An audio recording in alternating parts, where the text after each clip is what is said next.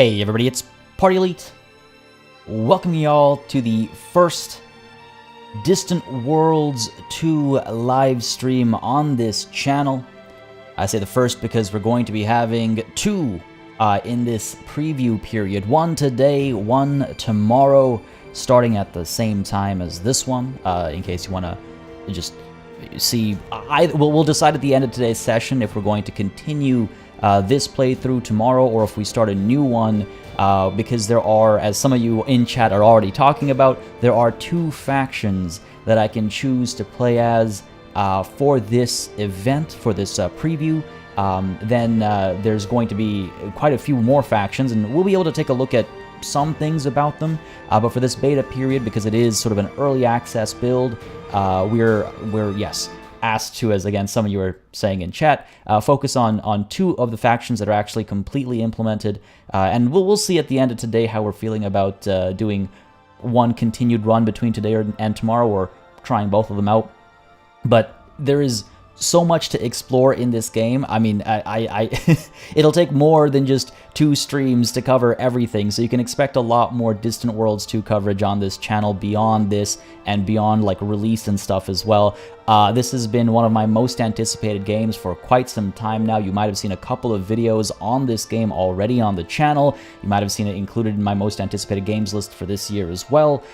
It's got so much going on. It's got so much depth, and I am really excited to share it all with you. Folks, just as a quick note, this stream is sponsored by the folks over at Slytherin, the publishers of this game, and they're sponsoring this stream to spread the word on a massive sale that's happening right now on Steam.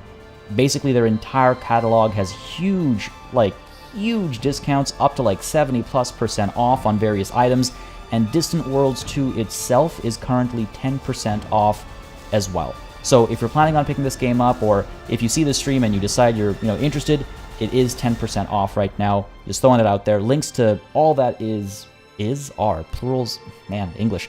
Links to all that are in the, that sounds wrong. Links are in the description down below. Links to all that are in the description down below. Listen, I can't even blame that it's too early in the morning. It's not. It's noon over here, folks. I'm really excited. We're gonna dive in real quick. I just want to say hello to everyone who's hanging out in chat. We got quite the crowd with us to kick things off here right off the bat. So a warm welcome to Dave Omar, Echo Iversky. What? Why did that come out of my speakers? Oh, give me a sec over here, folks. Gotta make some adjustments over here. Like I mentioned yesterday, I'm still shifting over to some new software and stuff this year. Hopefully PartyBot is active today. And hopefully I'll get over the hiccups quickly enough. My apologies for that. But right, as I was saying, a warm welcome to Dave Omar, Echo Iversky, Spindle, Ejo, Minty 2021, Ocelot 4401, Admiral Terranald Screed, Wickles. Yeah, there you go. Wickles. I cannot read. I think that's Cyrillic script, right? Buddy with the Spartan helmet. Welcome to you as well, James Riker, Jazzy B. How goes, Hackanatin, Carl M, Blue Max 77. Hope you all are having a wonderful, wonderful Friday. Grateful. Papa Nurgle, glad you can make it. Oh, streaming at dinner time? Damn. Yeah, at least I'm back at streaming, right? Well, I'm trying to figure out the best time. So if this time works for folks, let me know. If this time doesn't work for folks, let me know. The visceral response I got, or I should say the eviscerating response I got in the Discord gives me some idea, but it is helpful for me to know what times work best for folks. Jazzy B, we'll get to that in a second. Zev, how's it going? Next Menace.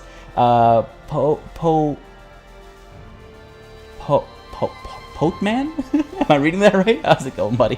Link in the description, but it's 2 links, so links are in the description. Anyway, they're in the description. Human, how's it going, buddy? Pantern Wolf, Arcanis, Montox, Classified, Shade. How goes, Shade Wolf? Are you calling me a nerd? I mean, that's probably not incorrect. All right. So as Jazzy B pointed out, we also hit 200,000 subscribers overnight. So a lot of good stuff's happening all at once, folks. 200,000 subscribers is a wild mark to hit. We'll have to do like a separate celebratory stream for that, and then eventually, who knows when it'll happen, but eventually when we hit 250,000, which doesn't seem so otherworldly right now, we'll have to do another celebration stream. Maybe that'll be this year, maybe next year, probably next year. But Yeah, 200,000 subs is wild. So thank you all. Literally couldn't have done it without you. I don't want to distract too much from the game. I know many of you are here to check the game out, so I want to focus on the game today. So let's dive on in. Let's start a new game. And like I was saying right at the beginning, the depth in this game is ridiculous, and it does a lot of stuff so very right when it comes to things that are like common in this genre, and you'll see what I mean pretty much right away as we set the game up. By the way, Jimmy Webb, thank you very much for subscribing. Hope you're enjoying the show. I hope you do enjoy the show, I suppose. And I believe I missed someone earlier. Was it Jonathan Sanchez? Thank you for subscribing as well. If I missed you earlier, my apologies.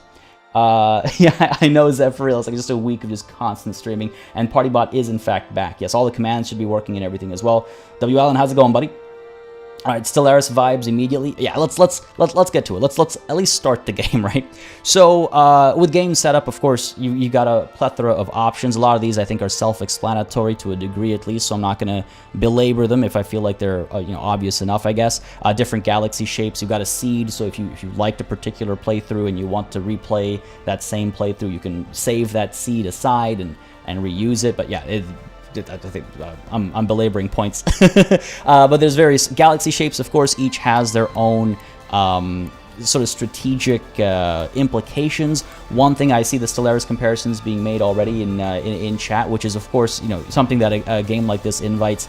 Something to mention actually on that note right off the bat is that in this game there are no lanes. So the shape of the galaxy makes many differences. One of which is that because there are no lanes between stars, the geography of the entire galaxy matters. The empty spaces can hide or hold, military wings waiting to pounce. So the shape of the galaxy becomes, I think, at least a little bit more important in that way, where you actually have to worry about the empty spaces as well as the direct lines between various star systems and stuff. So that's pretty cool. We're going to go with the spiral galaxy because, sure, why not? It's kind of like the default option. A lot of the options we're going to play with are going to be the default options because I feel like they work really well and it's a great way to showcase the game.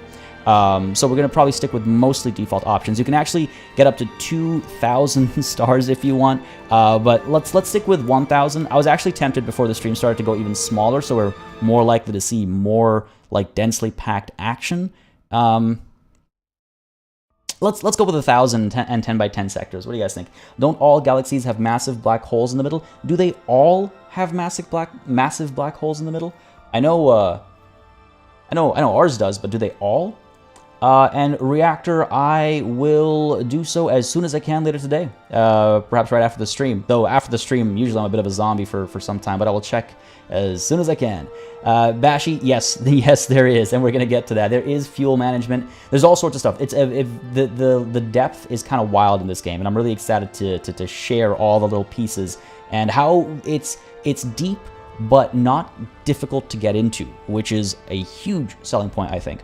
A huge selling point. They all have black holes in center? All right, cool. Yeah, I should know that. What was this like again? It is a 4X game, Karaya. Yes, it's a 4X style game where you well, yeah, you'll see in a second. But yes, it's a quick answer, 4X. Quick answer, 4X. Also glad you could make it, Karaya.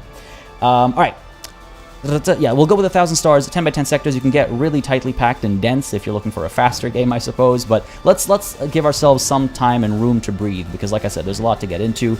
Nebula. So another thing that's really interesting about the geography of the galaxy is that nebulas or nebulae, I suppose, they can cause various effects, and you really have to pay attention to spaces in space that are currently under the influence of, storms or whatever it might be, and you have to navigate around them. When I was first learning this game, and I spent quite a few hours on this game making sure I could get familiar with it before today's stream, but when I was first playing the game, I would send ships to explore nearby stars, and they just stopped operating. I was like, what's going on? And I wasn't paying attention to the geography. I wasn't paying attention to the fact that they were going through these storms.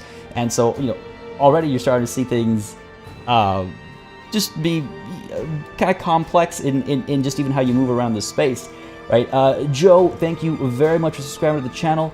Jimmy Webb as well, thank you very much for subscribing, folks. I hope you enjoy the coverage today. If you do, don't hesitate to hit the like button down below or join the Discord, linked in the description down below as well. Fantastic place to hang out with some fantastic folks as we go on to the next step.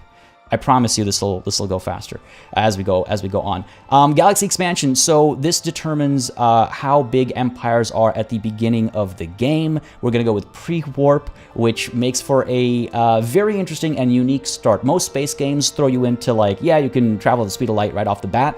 Distant Worlds 2, you can choose to do that, but I find it quite fun when you can't do that. So we're going to start at pre-warp sizes. Galaxy aggression, we're going to keep it at restless because that seems, if that's the default, we'll see what that's like. Difficulty, we'll keep it at normal as well so that I don't get crushed by pirates within the first 30 minutes, which can happen. Research speed, we'll keep it at normal.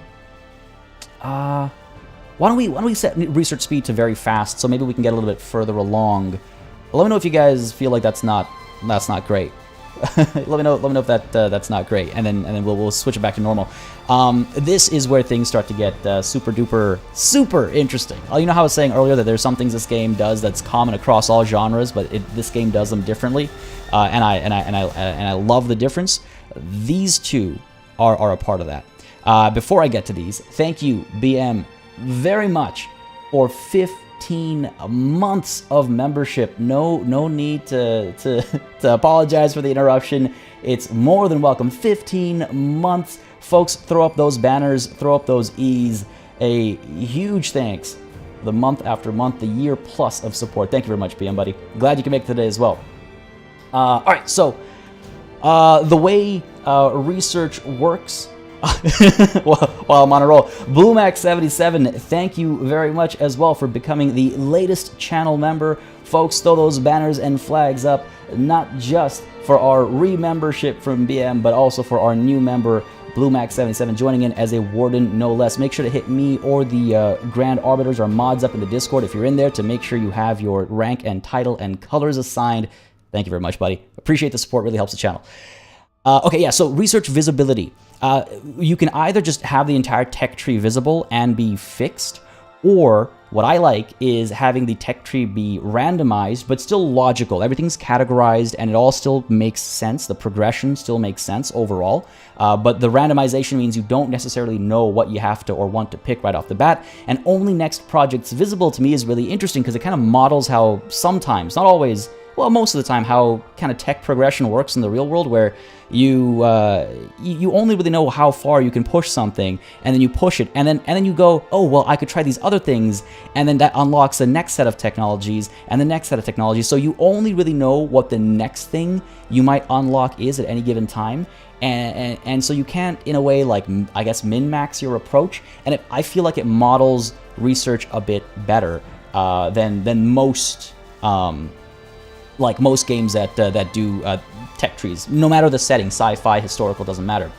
Alice Smith, the answer is the same for People Playground as before. All right, let's go ahead and keep all this like this. Allow tech trading, we'll leave that on. This is all good, this is all good. So yeah, I really like the research stuff. I think it's really cool.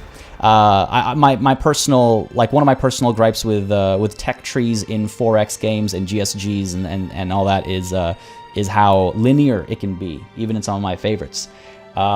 Reactor joining in now as the latest member. Thank you very much, Reactor. I hope you're enjoying the show. I appreciate it. Like I say always, really helps support the channel, really helps support these streams. Folks, again, those banners and flags, let's see them. A warm welcome to our latest member, Reactor, joining in as a knight. Thank you very much.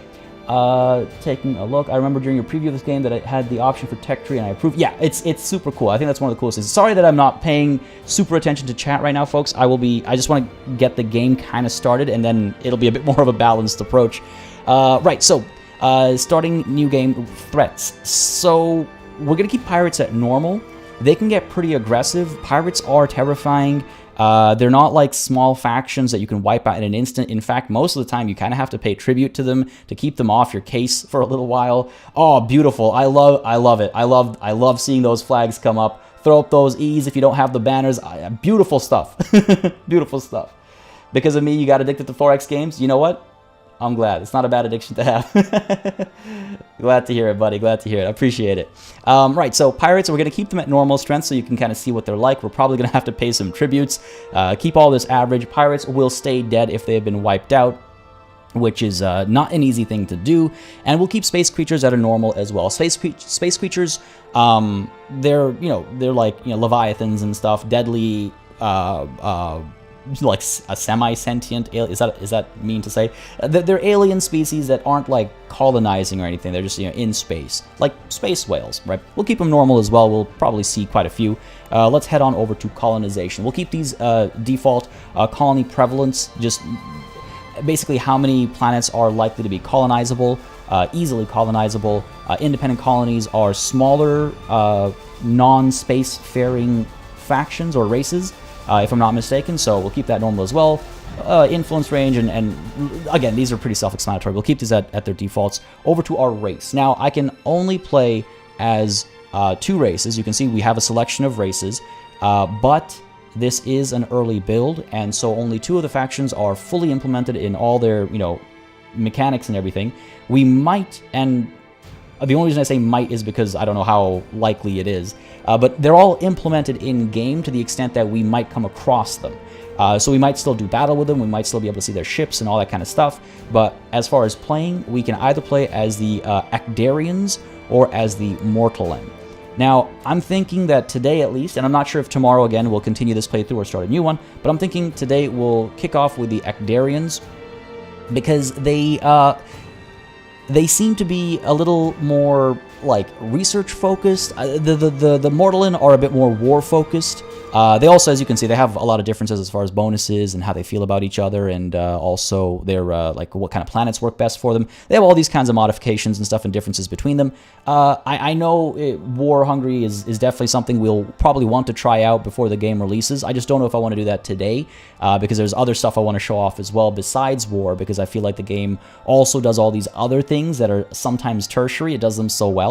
And the thing about the Acdarians is they can be a bit more kind of research focused, and they get along with people a bit better as well, if I'm not mistaken.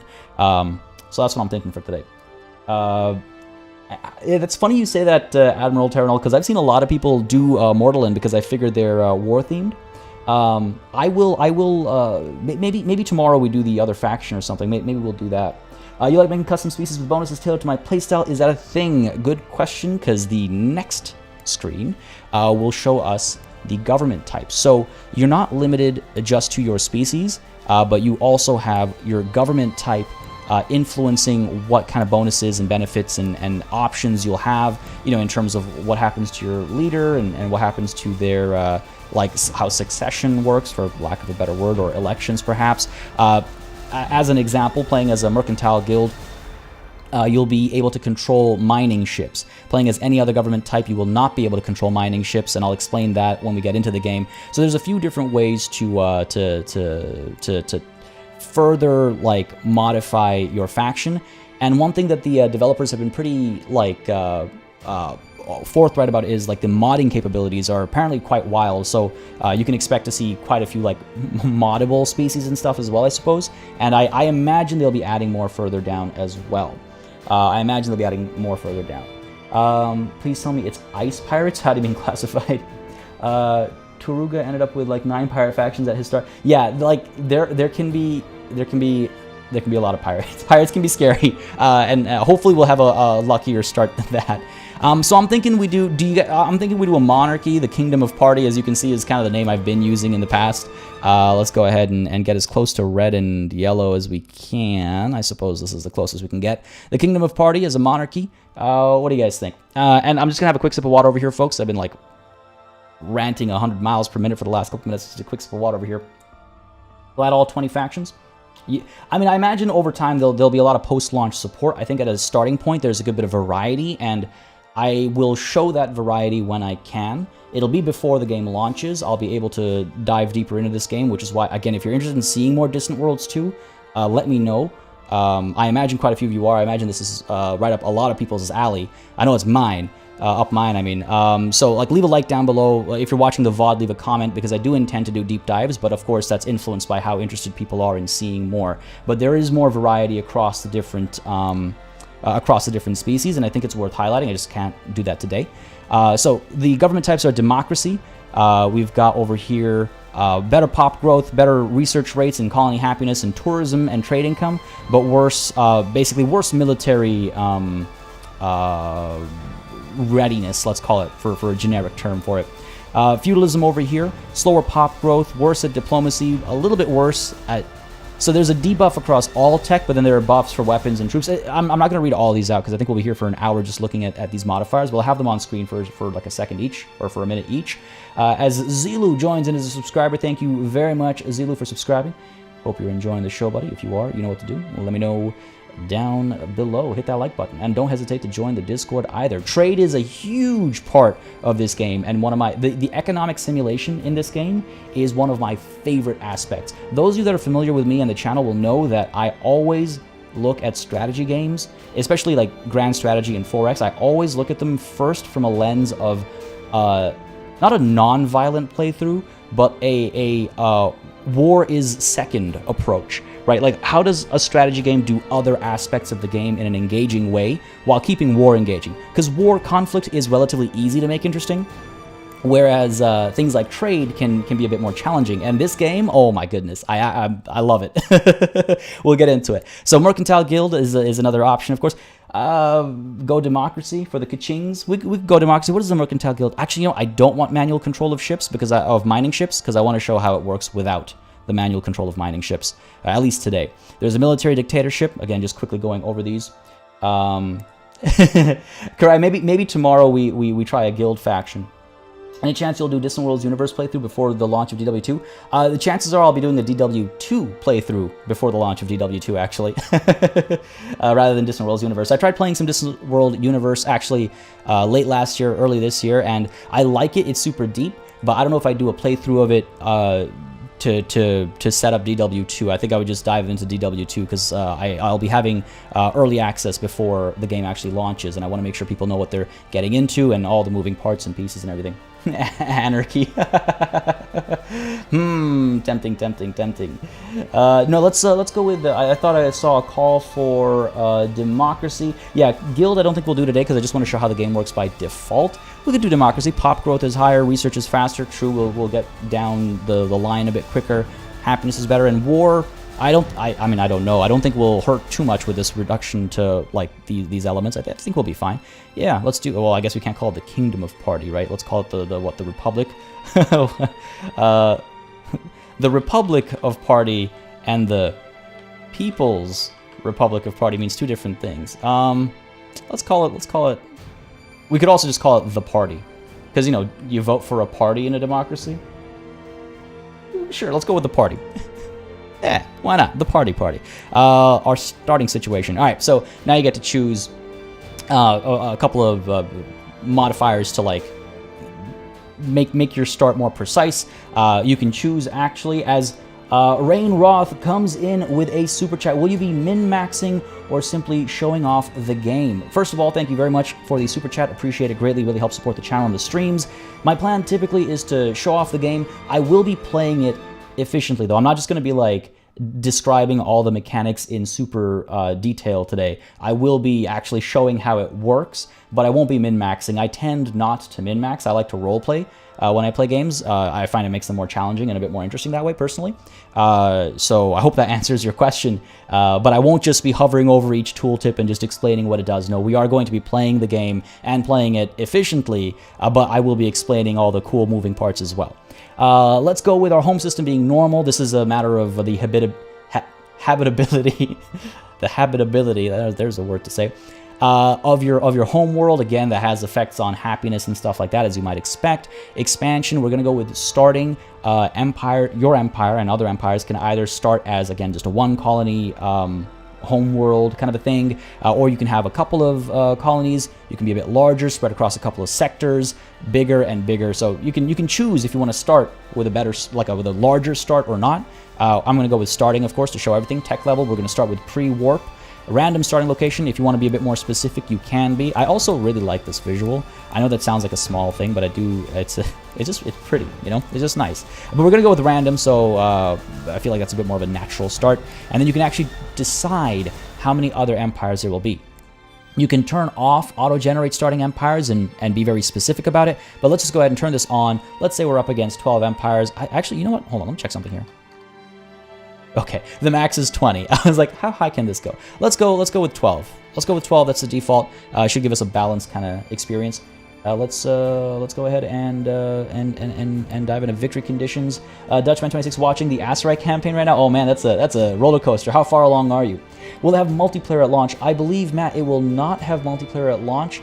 I'll be honest with you right now. I cannot remember. I know I've read up on the developer's response to multiplayer, but I cannot remember what they said with regards to its complexity and how to implement it and stuff like that. So I'm fairly certain it's not going to have multiplayer at launch.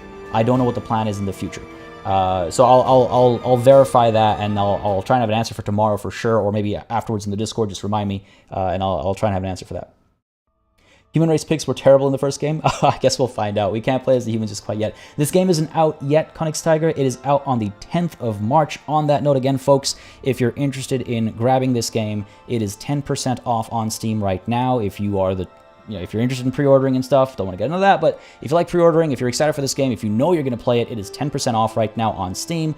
The rest of this publisher, Slytherin's entire catalog, is on a huge sale right now as well, 70% plus off across various titles, and they've got quite a few solid titles. If you want to check that stuff out, I've got links in the description down below. You can hop on over to Steam. Again, some great sales going on, and this itself is 10% off as well. Victory conditions, we'll just keep everything as is, keep everything on, keep everything start date. We'll just keep this as is. There's no need to, I think, belabor any of this stuff, but you can see really quickly what it all is if you want to pause the VOD and take a look at it. But oh yeah, there are race-specific story events and stuff, which is quite nice as well. And that's part of the reason why I guess they have a bit more control over which races you can play as, so they can have story events and a narrative building. All right, let's start the game. All right, I'm so excited. Even just the game setup has so much to talk about, you know. And I'm sorry, Rainroth, I think I missed. Hopefully, my response about your min-maxing versus showing off the game was an answer. And if you have more questions, though, let me know. I'm always open to questions, so ask away. I do apologize if I've missed any while I was rambling about the game setup and stuff. Feel free to repeat if I missed something. I need another drink of water. Losing my voice over here already. We're barely 30 minutes into the stream. Jeez, taking a 2-month break from streaming and then coming back for 3 streams in one weekend back to back is a choice.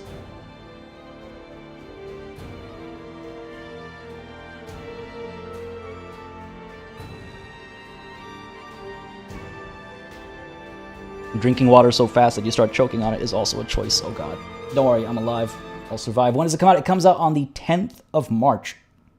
So it's not too far away. Oh, I'm still dying. Sorry, one sec, folks. Alright, we're good.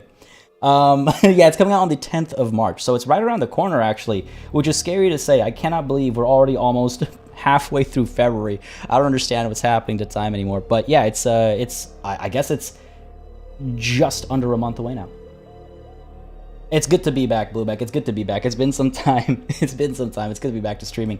Yes, I do have a sponsor link, Conix Tiger. If you see the description down below, it should be among the first 2 links or so. If you use that, then it does kind of let Slytherin know that people got there through the stream. So that is helpful. but yeah, there are links in the description. Slytherin. I've heard people say Slytherin, but that E at the end makes me think it's Slytherin. They are the publisher, yes. They're the publisher of this and many other great strategy games. Alright, the party. Our faction is known as the party. Our government is democracy. We are the Acdarian, who are typically careful. Acdarian have natural skills in all research, construction research, ship maintenance savings, ship construction speed, and ship energy savings. Our leader is Natchez Opanko, skilled in industrial research and sensor research. Our home colony is Yavin. What are the chances? Are you kidding me? Oh, I love this. I love this. I'm a huge Star Wars fan. This makes me very happy. This makes me inexplicably happy. Our home colony is Yavin 4, a deep ocean planet in the Yavin system. Nearby is the rocky metallic moon Tarvuk. What are the chances, man? Our faction has primitive technology. We're just beginning to take our first steps into space. We are in contact with Yavin 6, an independent colony of Mortal. Oh, what are they? Oh, interesting. Explore, expand, and conquer. So I've played 3 starts. Each of them has been vastly different. I mean, the species stuff has been similar, of course, based on your choices, but like, this is the first time I've been in contact with an independent colony right off the bat, using the same game settings as we're using here. Gene Machina, thank you very much for the super chat. Please don't drown, party. I promise not to, despite being in this deep ocean planet to kick things off. I promise not to. Thank you very much for the super chat. Appreciate it greatly, buddy. Like I say always, it really helps support the channel and these streams. Let's get started. We are paused. Okay, so I mean, I love the first thing the game does is just go, hey, look at how big the universe is. Let's go ahead and zoom right back out. This should give you an idea of the scale of things, right? You'll see a lot of slightly misspelled Star Wars planets. I love it. I adore it. In fact, the music in this game, there are some tracks which sound like they could be right out of Star Wars, and I love it. So let's see. What am I talking about? I'm talking about the scale of the galaxy. You can see how we're actually right in the middle. I've never had like a core start either. We're right in the middle. You can see how insignificant we are, right? Like, where's my homeworld? There we go. Yavin 4. This is us right now, right? You can zoom all the way in to an individual like ship or station. These look they're under construction right now. When they're completed, they look a lot more well complete. Just want to point out that the grid texture is because they are under construction. But you can zoom right into an individual ship. You can zoom past an individual ship all the way out to this entire galaxy. And right now, pre-warp, we're not able to move at like light speed or anything like that. So you're really limited right off the bat. And remember, this isn't even the most like star density. We could have twice as many stars if we wanted to. Now, part of me is kind of wishing I had done that. There's quite a gap to some of our nearest stars. We won't be getting there for at least a handful of minutes because of we got to get some tech done first. But you can kind of get a sense of scale over here right off the bat, right? Yeah, impressive is exactly right. Second, quick look. I wouldn't be surprised if the dev drops in. That'd be pretty cool. That'd be pretty cool. They seem like real fun folks. I've been in some of their, like, dropped into some of their streams and stuff. They seem like real fun folks. I was just about to say, like, we're good? Yeah. I was just about to say, every once in a while, I've been dealing with these, like, small technical difficulties lately. I've been trying to figure them out. I spent all night last night trying to figure out what's going on.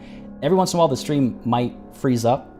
And if that happens, hang in there. I'll be back within a split second like I was just now. So try refreshing. Hopefully you can hear me now. But try refreshing, but it'll be just a split second and I'll be right back.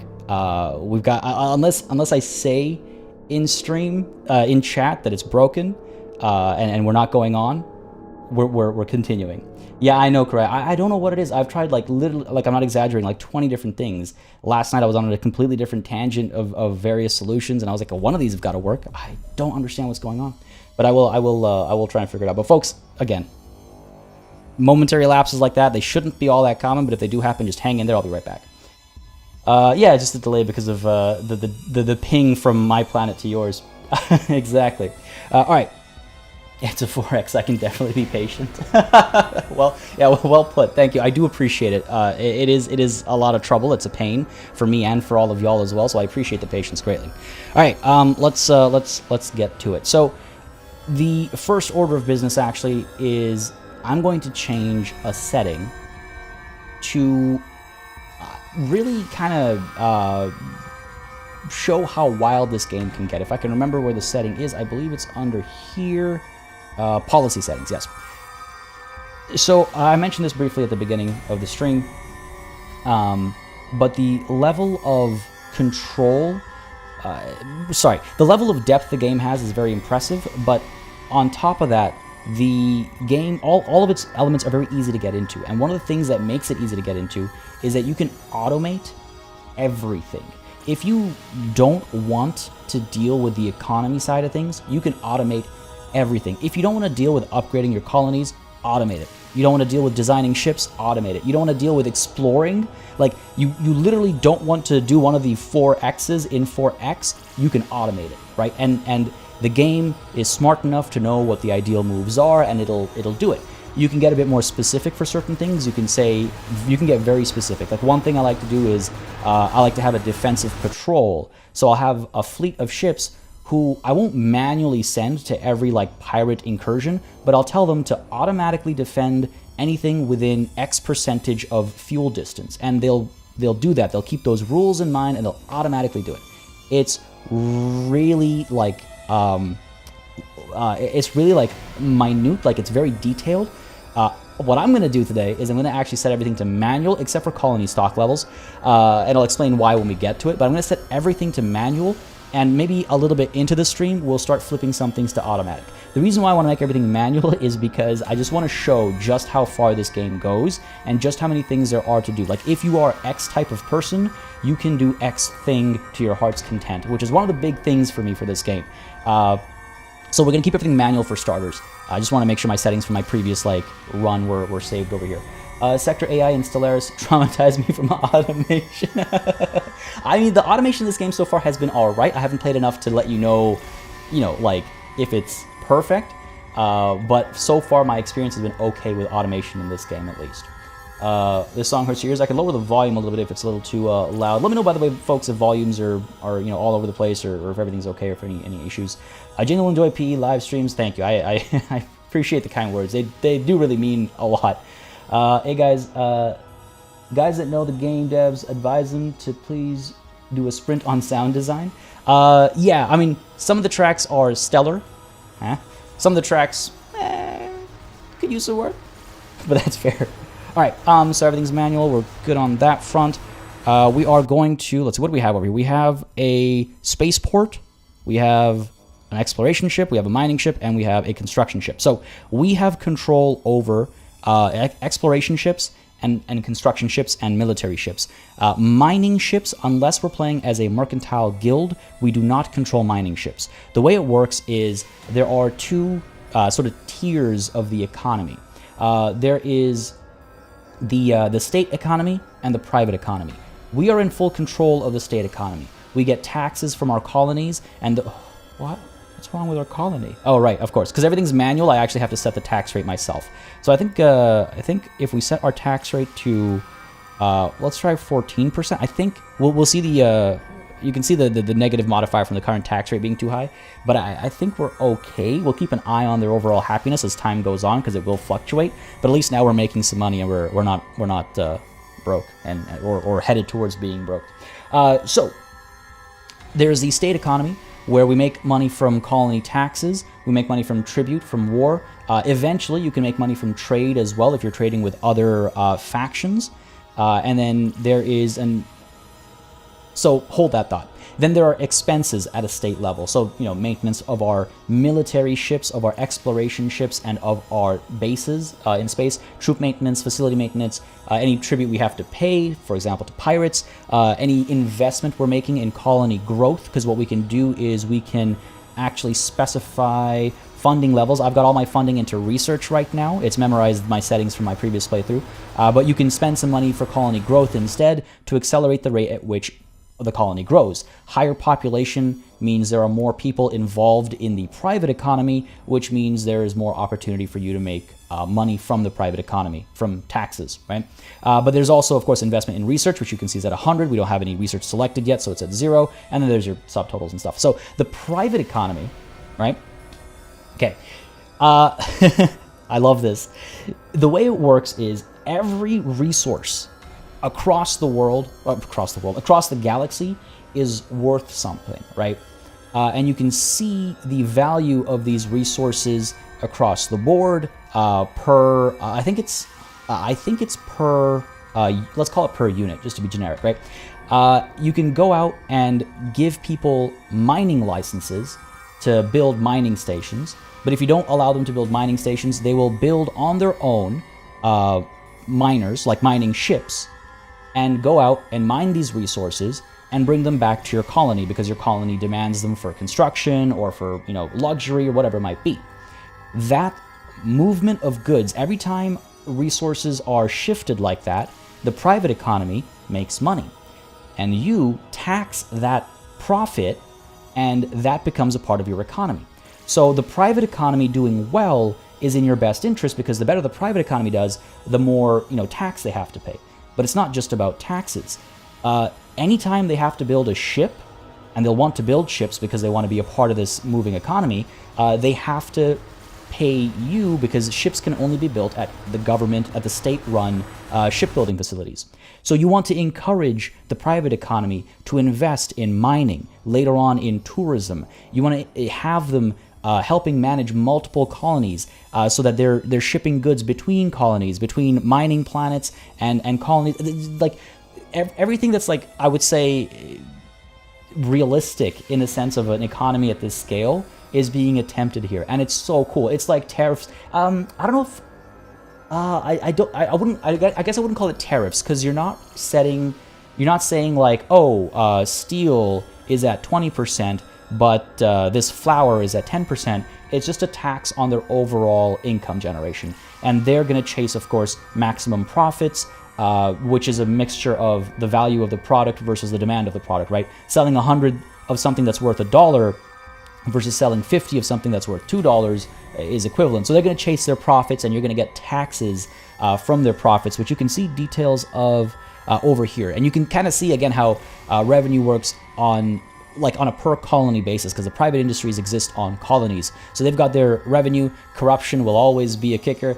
And then I believe once corruption has been removed from revenue, you get your tax rate from that base revenue turning into gross revenue, which is what you would get, minus the support cost of keeping the colony alive. So you can see net tax revenue from this one colony is 3,278.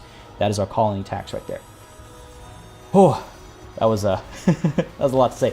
It's difficult being super excited sometimes, because I've got like all this adrenaline flowing through me, because I'm so excited just to share all these mechanics. It gets exhausting in a way. Don't worry, workers and resources will be back. A lot of my playthroughs have been on a bit of a hiatus lately, because December, January, February has been crazy for the genres that I like to cover on the channel, and they've just been taking me out, game after game after game. But don't worry, everything's going to return to normal very soon. Very, very soon. But yeah, so hopefully the economy kind of makes sense. It gets more complex as we go along, but that's where it stands right now. The thing is though, because the private sector doesn't do any exploration, you have to scout out ideal sources of resources. You have to find the abundant, moons or asteroids using your exploration ships. So you kind of work in tandem. It's not like they just do their own thing. You actually have to encourage them and help them in making profits, so that you can make profits off their profits, right? Okay. Whew. Ricky Cool, glad you can make it, buddy. Yeah, it's been some time. Yes, exactly. Direct taxes. And sorry, when you asked about tariffs, I just saw the question. I just dove right to the question. Welcome, buddy. Yeah. So it's like direct taxes. Just taking a look at chat here real quick. I want to make sure I get your questions and stuff answered. By the way, folks, I'm always open to feedback, so if I'm going too slow or too quickly or anything like that, just let me know. I will happily adjust. My cadence and approach accordingly. Taking a look at chat over here real quick. I want to make sure I didn't miss anything. A lot of y'all joining in. Thank you very much for joining. Again, if you're having a good time, if you enjoy this, if you want more of this, hit that like button, and don't hesitate to join the Discord either. Fantastic community, over 4,200 people hanging out, having a good time. Cool Main 1991 sub. Thank you very much for subscribing. Hope you're enjoying the show, buddy. If you are, again, like I was just saying, hit that like button down below, and don't hesitate to join the Discord. Private economy also pays you for using your spaceport to build new ships. Exactly. Oh, I thought I said that. Sorry if I missed that. But yes, anytime they have to build a new ship, and they will, to pursue optimal output, they have to pay you to build those ships. The same goes for tourism as well, but we'll get to that when we get to that. And fuel is a factor. Anytime they have to buy fuel from the state, correct. You can build fuel ships to deliver fuel, but that comes with certain technology, and the moving of fuel becomes an important thing to worry about as you expand your empire, obviously. Played some battle sectors this morning and finished the mission you stopped after. Now you finally got your Hellblasters. Excellent. Okay, so what am I looking at here. This is the tech tree. As you can see, it's quite expansive. It does go quite deep as well, but remember, our settings only let us see what's next.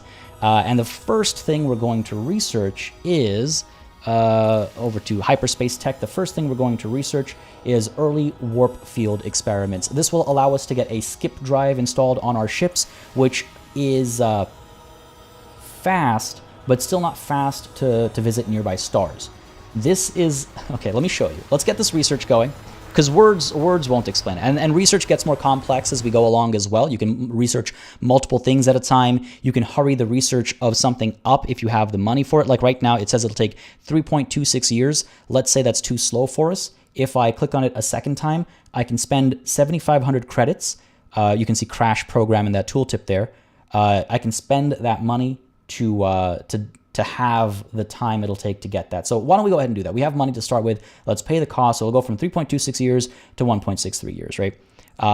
Right. So let's actually get our exploration ship over here, the X1 Navigator, headed to this rocky asteroid just to explore it and see if it's worth anything. We'll eventually get it up over here.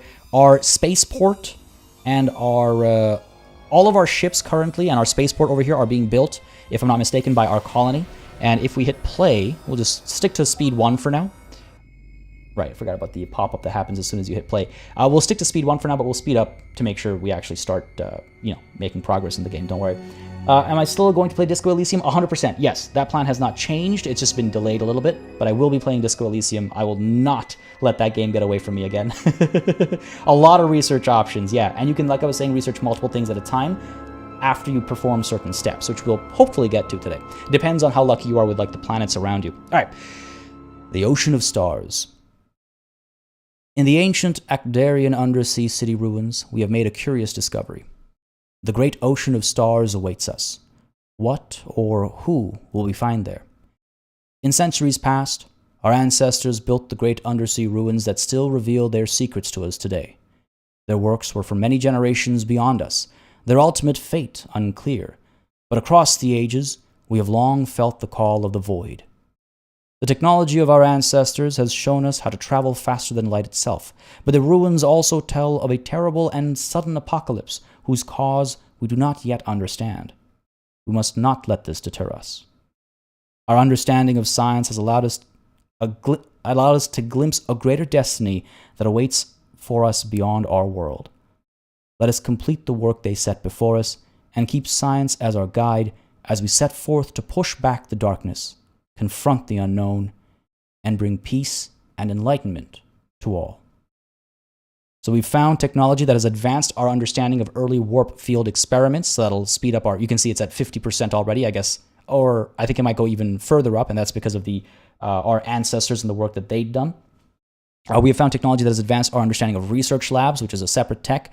And these ruins provide the following colony bonuses: plus 9% colony development, plus 5% engine research, plus 7% reactor research, and plus 9% scenery. So the different categories of research can be accelerated or slowed down by different abilities and traits and things like that. Whereas scenery is a tourism-related thing. Places that are more scenic are more likely to attract tourists, and you'll want to set up tourist bases, and the private sector will want to have tourism encouraged in those spaces as well. So that's all good. Let's dismiss that. Pause again really quickly. So I guess that means, I must have missed this. So our colony itself has a few resources available locally. We've got Questurian skin, and I do believe I should, yeah, you can see everything has an explanation. Questurian skin is the soft, scaly skin of the Questurian. Like, it's just fun. It's a very built-out world. So there's the Questurian skin.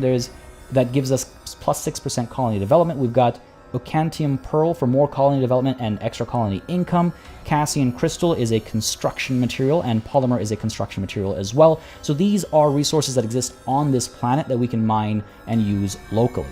We also have these ruins, ancient Akdarian undersea city ruins that give the bonuses that were mentioned in that earlier pop-up. And we have some troops as well. These are defenders, like ground troops to defend if someone were to land on our planet. These are what are being built right now. So we've got, what is this? We've got an exploration ship being built, the Brisk Miracle. We've got the Happy Remorse construction ship being built and the Trusty Starwind mining ship being built. And we'll probably be building more exploration ships shortly. On the mention of traits, by the way, I forgot to point out that our leader, we saw this mentioned earlier, has some bonuses to industrial research and sensor research. We'll have scientists show up, we'll have admirals, generals, and spies show up, and they'll all have these kinds of skill buffs and things like that to worry about. All right, let's go ahead and unknown items. Our starship has been constructed. That's our first one. That's our new exploration ship. Good stuff. What is this?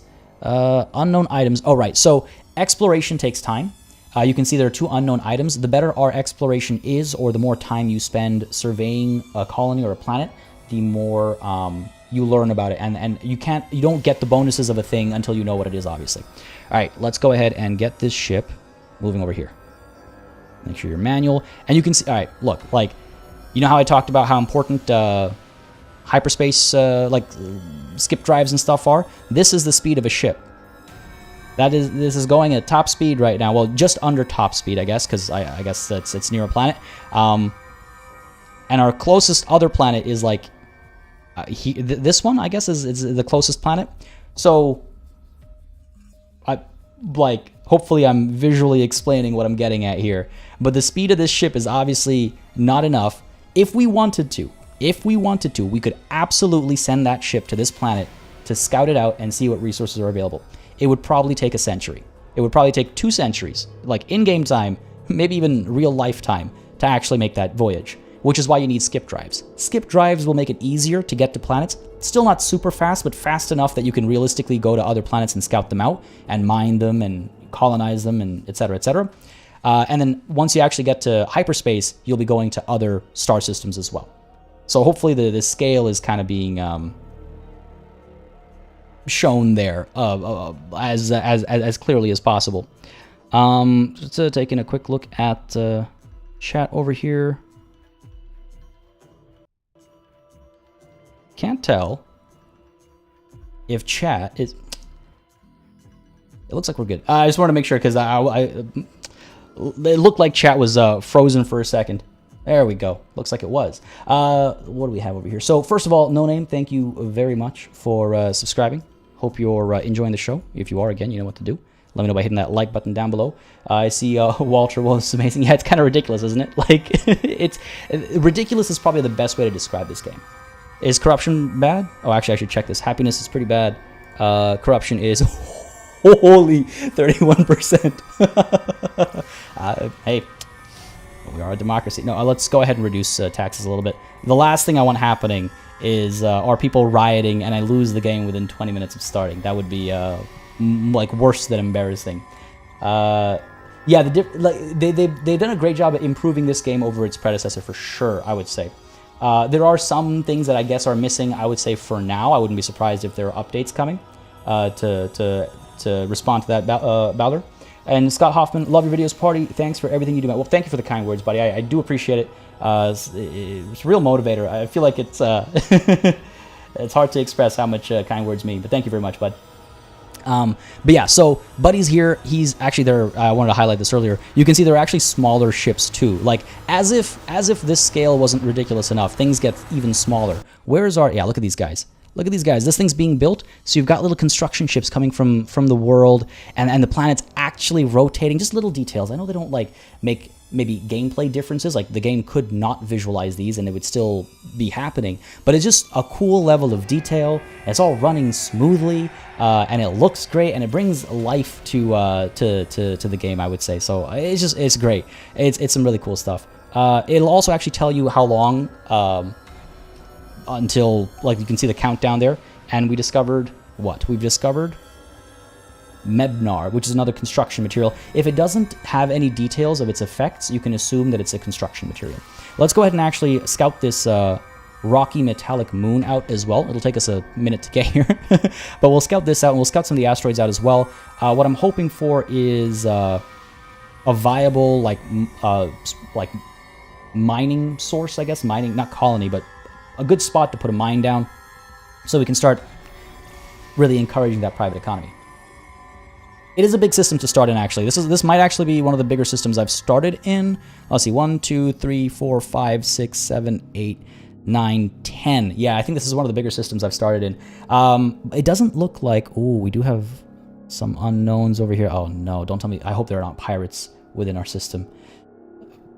Because I've had one start where I think I had 2 pirate bases in my system. And it's just like, man. There is a speed option. Let's go ahead and speed things up a little bit so we start making a bit of progress. You can see these guys are surveying this moon over here, 60 seconds. A new spy has arrived. That's why I'm like kind of, because I'm in the phase of still kind of explaining the game, I'm playing at like 1 speed, but I should probably not. Probably a little too slow. Our construction ship has been completed. It's got nothing to do, but I'm going to preemptively just, by the way, once the ship has been built, it starts automated, and you have to like you have to make it manual after it's been built. I wish there was a setting for that. I don't think there is, not that I've seen. But you just have to like adjust it and make it manual. Obviously, there are like things are much more. There are ways to organize your ships and stuff, so you can very easily see who's in what. So as your empire gets bigger, everything's nicely categorized, so you don't have to worry about that. But I'm just moving the construction ship closer to this moon because I assume I'll be able to build a mining station here. In fact, I've already ordered that. That's not what I meant. All right, 5 seconds. Soundtrack is sounding a little horror-ish. Yeah, the darkness of space, the void. The Independents? Are they here? Because I think they're in our system. Oh, you're saying right. These guys are the Independents. Right. Sorry. I see what you're talking about. Probably, you're right. Sorry, my mind jumped to panic right away. So the Happy Remorse. Let's go ahead and build that mining station over here. It's got quite a bit of stuff actually. Cuprica, steel, and Aculon, all construction materials. One more thing, by the way, as you can see. There's this cargo section on this ship, which, if it doesn't make it abundantly clear, I will. Goods are physical items. Just because I have 1,000 steel on my home world doesn't mean I have access to that 1,000 steel on this moon.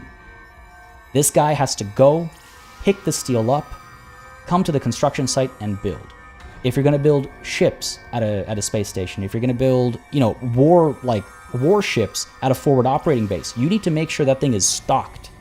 So the movement of goods is important beyond the economy. It actually is what your entire everything. Nothing can come out of nothing. And these physicalized goods, I've always found them interesting because it's not like you have a top bar where you have your minerals and your food and your alloys or whatever that you can just build out of. You have to physically move those alloys and foods and whatnot to get any value out of them, which I think is really cool.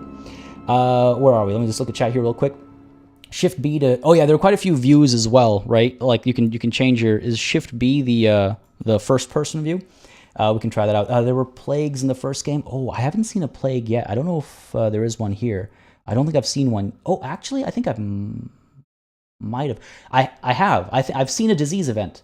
I'm trying to remember. I've had a few playthroughs to familiarize myself with the game, so it's getting a little fuzzy, but I think I have seen one. The extended type of celestial bodies to rocky metallic moon means something. Yes. It's like your scientists actually have an idea, and then your exploration ship needs to go and figure out exactly what that assumption is. Like gas giants and metallic moons and stuff are all different things.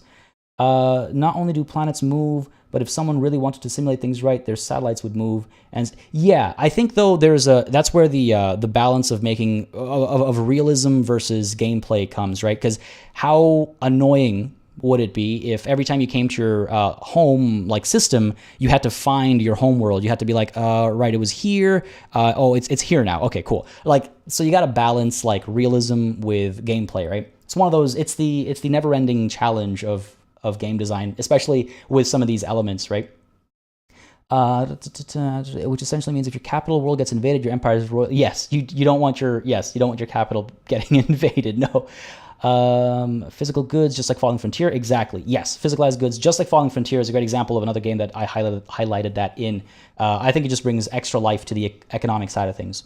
Tom, how's it going, buddy? Glad you can make it. How does it compare to, say, Stellaris? It's very different because it's a hard comparison to make because Stellaris is obviously also a deep game, but it's deep in different ways than Distant Worlds 2 is. I think one could easily be a fan of both. In fact, I would say at this early access to this game stage, I am. It's very different. Entirely, it's hard to compare. Yeah, as Admiral Terranol there said, hard to compare. You can just have a tag on your home world. How do you mean, Ricky? Cool.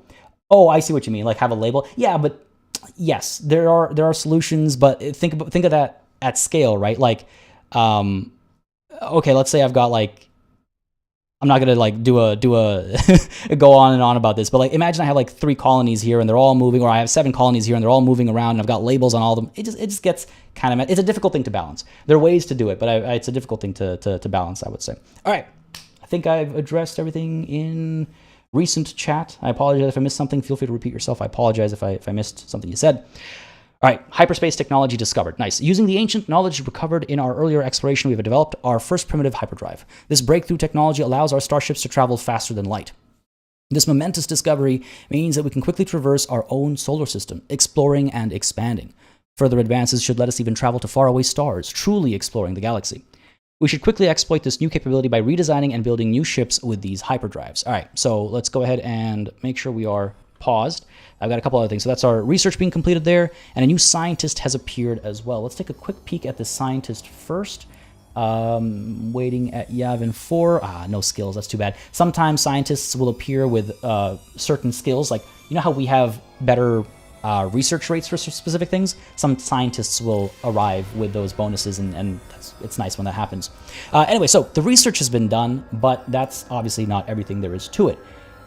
You can, like I was saying earlier, completely automate this next step. I might actually automate it after I show it a couple times and show a couple elements of it.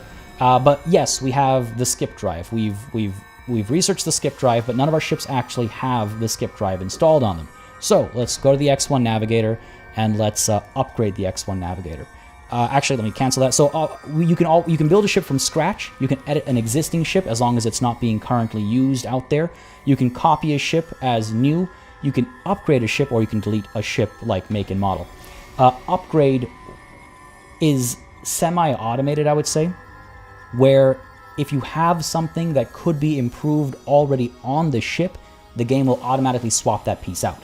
Now, right now, we don't have a skip drive or a hyperdrive like line of items, so it won't automatically swap it out.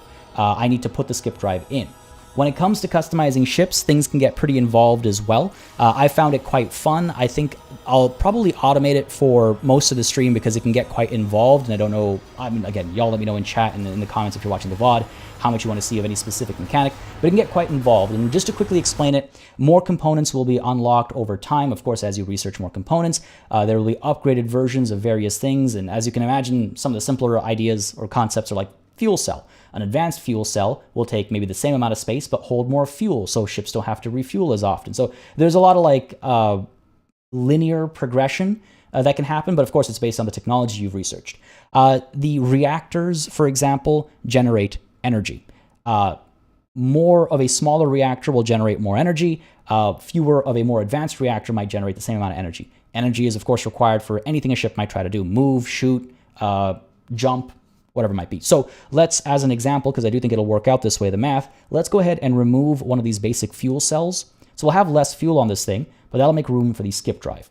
As you can kind of tell with the color coding, everything kind of has its place depending on the chassis, I guess. The blue here are defensive elements, so eventually when we research shields and armor, we can pop them into the blue slots. Green is utility and sensor, I should say. So our basic survey module and our proximity sensor array, that's all we have right now. You can get better like range scanners, you can get more advanced scanners for more detail from greater distance, or you can get advanced survey modules to find those like question mark items on a planet or on a moon. You've got your engines, your weapons, of course, of a huge variety of types and sizes, and they all work in different ways. You can see the stats on these weapons. So if you want to get really involved, you can. I was doing a playthrough where I was like, okay, you know what? I'm going to look at my enemy ships. They have more shields than armor. Okay, I'm going to specifically retrofit or refit, my ships to bypass shields primarily. So you can really do that if you want to. And I like that kind of stuff. So if that's your speed, you can. If that's not, again, you can automate this entire process. Now, as I was doing, let's get the skip drive in place of that basic fuel cell.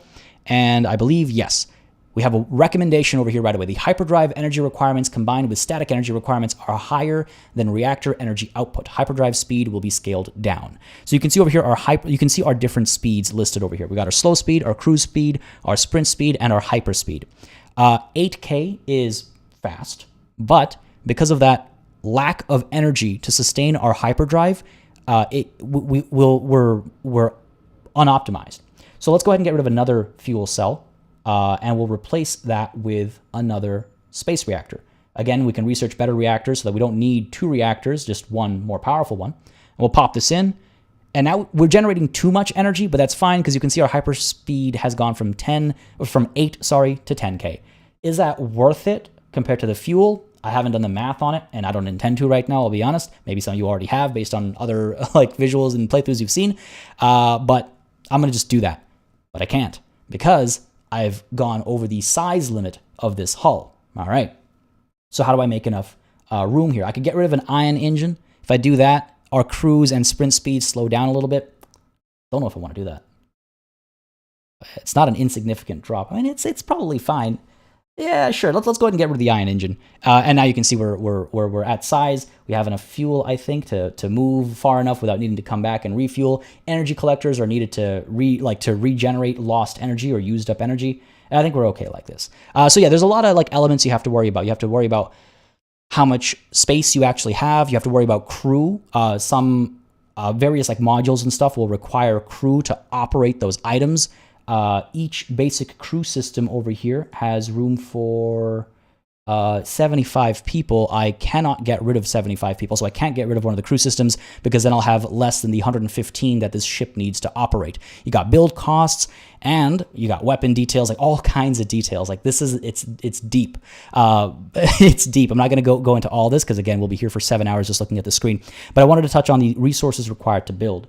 Depending on the resources that you do or do not have, you will or will not be able to build ships. Like I was saying earlier, resources are physicalized. So if you want to build an advanced fighter that uses the most advanced technology, but you're missing necrostone, let's say, you're going to have to import that, and it's going to cost you more to build that ship. Now, I need to experiment a bit more with that. I do think at some point you get more limited in that you can't just pay or import or just spend money to substitute the item. I think at one point it's no, you have to find this resource to be able to build this more advanced piece of tech. I think there's a tipping point, but I'm not 100% sure on that, so don't quote me on that. Karaya is suggesting we get rid of the second reactor. I don't think the... let's see. Because we did get rid of the... what did we get rid of? We got rid of something to make to lighten the load. Oh, the engine, right. So, yeah, no, still not enough. 9K. We'll keep the space reactor in. Just to have us go at the full 10, why not? We could make it cheaper though, right? That's what I mean. You can balance all this stuff out if you want to. Let's call this the, come on, naming conventions, the X2 navigator, right? So let's save and exit. This guy's got its skip drive. So in the future now, anytime I upgrade our hyperspace technology, I just have to click upgrade and the game will automatically swap that skip drive out for the next level of item. We want to make sure, so I'm going to do the rest very quickly, don't worry, but we want to make sure that our private economy ships are also able to use skip drives. We have to basically approve, let's call it, of these new models of ships to make sure that they can build them. They can ask for them to be built at our stations, I should say. Because otherwise, you will have mining ships that are going across a system at 50 kilometers per hour. You need to approve these hyperdrive installed ship designs. I need a bit more energy, but I don't know what I want to get rid of. Sure, I guess we could drop a fuel cell over here and get another reactor in here. I'm just going to do these really quickly. Again, this is what I mean by not too fussed about min-maxing right now, because I want to make sure we, get going. I know I've been a bit slow. The constructor ship as well. Let's go ahead and upgrade you. Make sure there is a second version. The game automatically changes the number if it's at the end of the name, so it's nice. But I'm trying to maintain our pre-existing naming convention. Go ahead and get our skip drive in here. I imagine we'll have to drop a. Oh, actually, we have room. Don't know if we have. We don't. Get rid of the fuel cell. Get rid of 2 fuel cells, actually. It looks like probably more. Where is my reactor? Put you in there. God damn. I don't want to drop another engine. It'll start moving so slow. I mean, I could get rid of the weapons on this thing and just always have an escort for it, I suppose. Tim Hartnett, thank you very much for subscribing. Hope you're enjoying the show, buddy. If you are, you know what to do. Let me know down below. Hit that like button. Don't hesitate to join our Discord either for a great community to hang out with and just chill with. Fantastic place with over 4,200 people playing all sorts of great games. What do I get rid of here?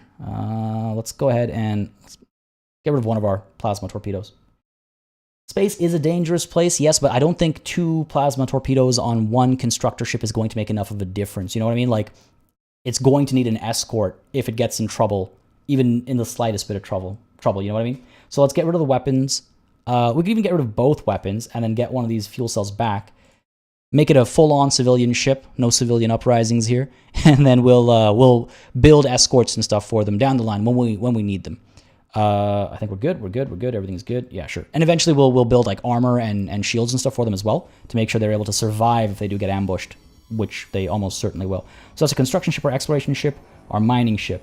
Our freighters will also need to be upgraded. Freighters are what move goods from place to place. So mining ships, like if a mining ship mines a planet, it'll return to your colony and deposit those goods. If you have a mining station, then a freighter is what'll come through and pick up those goods and bring them back to your colony or wherever they need to go. You know what? Despite being a little off with our energy usage, we can still hit max speed, so I'll leave it at that. Size is good. Everything's good. Can we go faster? I don't... Let me just check here. Yeah, we're at max speed already, so there's no need to adjust that further. Can you win the game without going to any wars? I haven't tried that yet, but there are aggressive AI, so you'll have to be prepared for war either way. Right? Oh yeah, true. We could add another cargo bay. Good spot. Carry more at a time, but it looks like total size is greater than the hull allows by 1 point. I mean, I guess I could drop a fuel cell. It will always be returning to a colony, at least for starters, so it'll always be able to easily refuel. So sure, let's do that. Save and exit. All right, cool. That's all of our stuff that needs upgrading right now. Upgraded. The escort can wait. Hopefully we don't have to get escorts, actually. But right now, when the private industry, the private economy tries to build these ships, they'll build the upgraded version that has the skip drive. Okay, really quickly, just going to take a look at chat because I feel like I missed a couple of comments and stuff here. There we go. So I apologize for a moment here for me to also catch my breath and my voice. Looking at the design screen, I'm getting aroused. I love that that's the first thing. I look over at chat, and that's the first thing I read as I scroll up. Oh man, look at that design screen. I'm getting aroused, Tom. I mean, I don't blame you. It's really cool. It is quite intense. It's very deep. A lot of stats and numbers that actually matter, like your turn speeds and your weapon efficiency and your range. All that stuff actually matters. I kind of went over it really, like, I kind of skipped over it because there's so much to talk about, but when it becomes necessary to talk about, we will. Directional thrusters. There are different kinds of mobility that help with rotation versus speed, so there are different kinds of engines for that as well. Early game can become a survival if things go... Yes, that's an understatement. Absolutely. I was wondering how UG would look. Spindle, do you mean upgrading? Or U/G? I imagine that's upgrading, but I think my brain's just kind of like shutting off a little bit there. Why does a construction ship need a plasma torpedo? Yeah. That's how you acquire raw materials, I guess. Hope we get megastructures. Oh, there are megastructures in the game. We just don't have the technology for them yet. Well, actually, I guess it depends on what you mean, because I don't think there are like Dyson spheres or anything. Not yet, at least. I don't think. But there are extremely large ships in the game down the line. Pyra conflicted whether these games are too complex or interesting enough to try. Well, MF Series, I'm not sure if you were here when I mentioned, but this game allows you to automate literally everything if you want to. So if you're not interested in a certain aspect like ship design, you can automate it and you'll never have to deal with it. If you don't want to deal with exploration, you can automate it. You'll never have to deal with it. So you have that flexibility. And again, folks, if you are to quote chat, if you are getting aroused looking at all these mechanics and you're interested in grabbing the game, now is a great time to do it. It is 10% off. There's a huge sale for all of Slytherin's games right now. They are the publishers. So 10% off on Distant Worlds 2 right now if you want to pick it up early. It is available at the link in the description down below. The publisher as a whole is also having a massive sale across their entire catalog. They have some really great games you might want to check out. A link to that is in the description down below as well. Things are up to like 70% off and more even. So, you know, don't hesitate to check those out and maybe grab a few games and maybe even, you know, get your eye on Distant Worlds 2 if you like what you're seeing. Classified, coming in with a super chat, ludicrous speed, go. Wow, there's a reference I wasn't expecting to catch, I mean, ever, I guess. Thank you very much, buddy, for the super chat. Appreciate it greatly, as you've heard me say countless times. Really helps support the channel, the streams. It makes a huge difference, so thank you very, very much. I appreciate it. And again, no worries about answering questions. If you have any, ask them. If I miss them, I apologize. Ask again. I'm trying to stay on top of them as best as possible while also trying to show as much of the game as best as possible.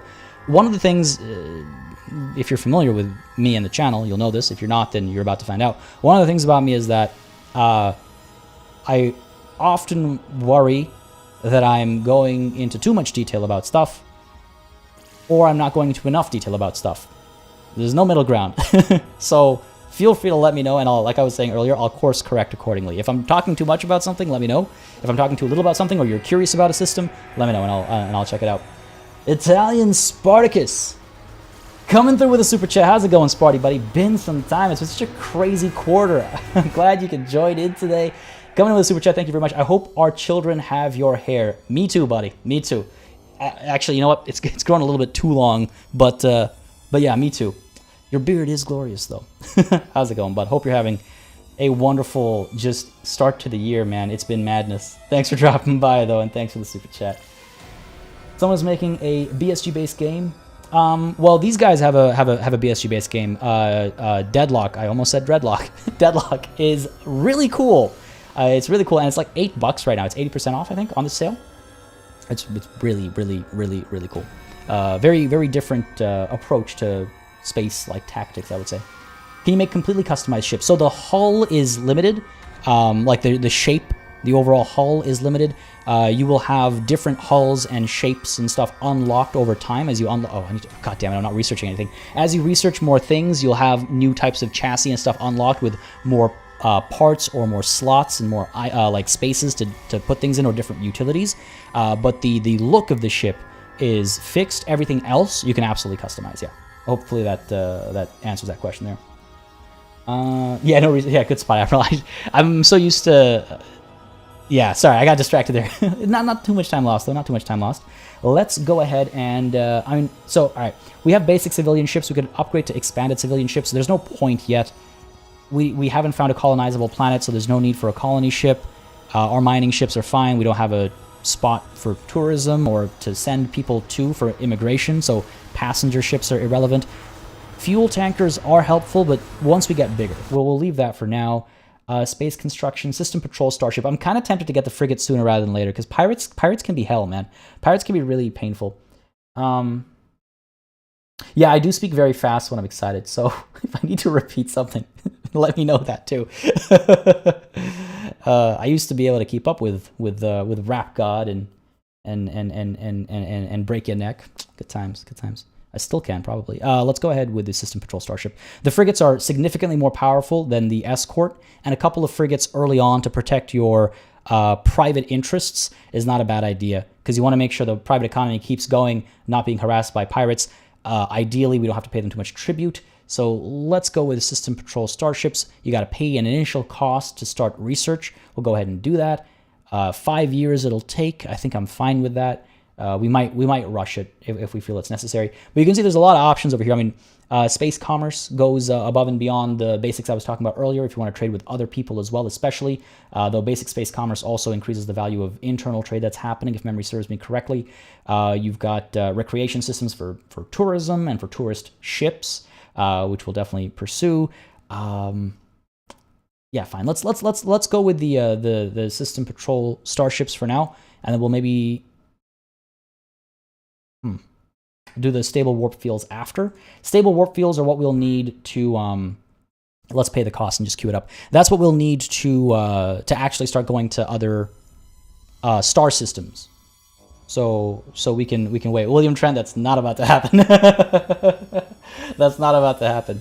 It's been a long time since since I've done Break Your Neck. You can automate every aspect you like. Yes, absolutely. How long is this stream? 8 hours? God, I wish. The plan initially was 3 hours. I might go a bit longer than that. I'll have to see. I'm like losing my voice a little early. I might go longer than that, but we are back with Distant Worlds 2 tomorrow. Let's actually speed things up a little bit. We're back with Distant Worlds 2 tomorrow as well.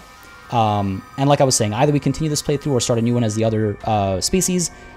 I'm personally kind of tempted to continue this one to get further along in the game to show more of the mid-game complexities, I think.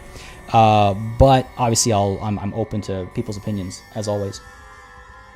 Since you demilitarize your civilian ship, getting escort designs, able to save them sounds good. Yeah, like I think I don't want to, quote-unquote, waste resources on the actual escort, like, chassis, or the escort ships themselves. I think getting the frigate sooner is probably the right call, because those escorts are very flimsy and very weak, and they'll be crushed very easily. Gene Machina coming in with another super chat. Is there tech to help you build relationships with that independent colony? Very good question. If I didn't know better, that's like a it's like a leading question. It's almost like you already know the answer, because yes, there is. That's hilarious. That's a very good question. There is. As you interact with other people, you can research tech to improve your diplomacy with them. And off the top of my head, the tech is actually quite interestingly like designed as well, where like, okay, you can actually see it for your own species too, because you're not the only people of your own species. And I'm sure the story explains how that is, but you're not the only people of your own species. You will find other people with other government types. You'll find pirates of your species as well. But anyway, so the first step of research would be learning their language and expressions, and that improves relations with those people a little bit. Then you start learning their culture and customs. That improves relations even further. Then you start learning their history and traditions, and that improves your relations. And then finally, you get completely immersed in who they are as a people, maximizing your diplomatic relationship potentials. Great question. Also, thank you very much for the super chat. Always, as I say, helps the channel and the streams. It's very, very helpful. So thank you very, very much for that. But yeah, it's funny how like like the question was almost like you knew the answer. That's hilarious. I think it's quite cool. I think it's quite cool. You can help diplomacy through research, and it feels quite. It's a nice like mingling of mechanics, I would say. Our mining station has been completed. The construction of our first mining station allows us to gather large quantities. This is kind of like tutorial flavor text. But right, so our mining station here is done, and you can see again those little mining ships going to the surface of the moon, picking up goods, coming back, and the cargo on the mining station is growing. As you can see, it's getting all these resources, and freighters will actually come through. In fact, I believe the Audacious Scoundrel, what a name. Oh my god. We're going from Yavin 4 to what is obviously a Han Solo reference. Are you kidding me? The Audacious Scoundrel. So this freighter is going to come through, pick up those resources, and bring them back to our colony so that they can actually be used for whatever they need to be used for. Even at this scale, even at this distance, the freighters are important. So, you know, as we get bigger and bigger, you can start to understand why things like fuel become important. Now, let's go ahead and get another exploration ship. This guy is... Are you... Oh, you know what? That's my bad.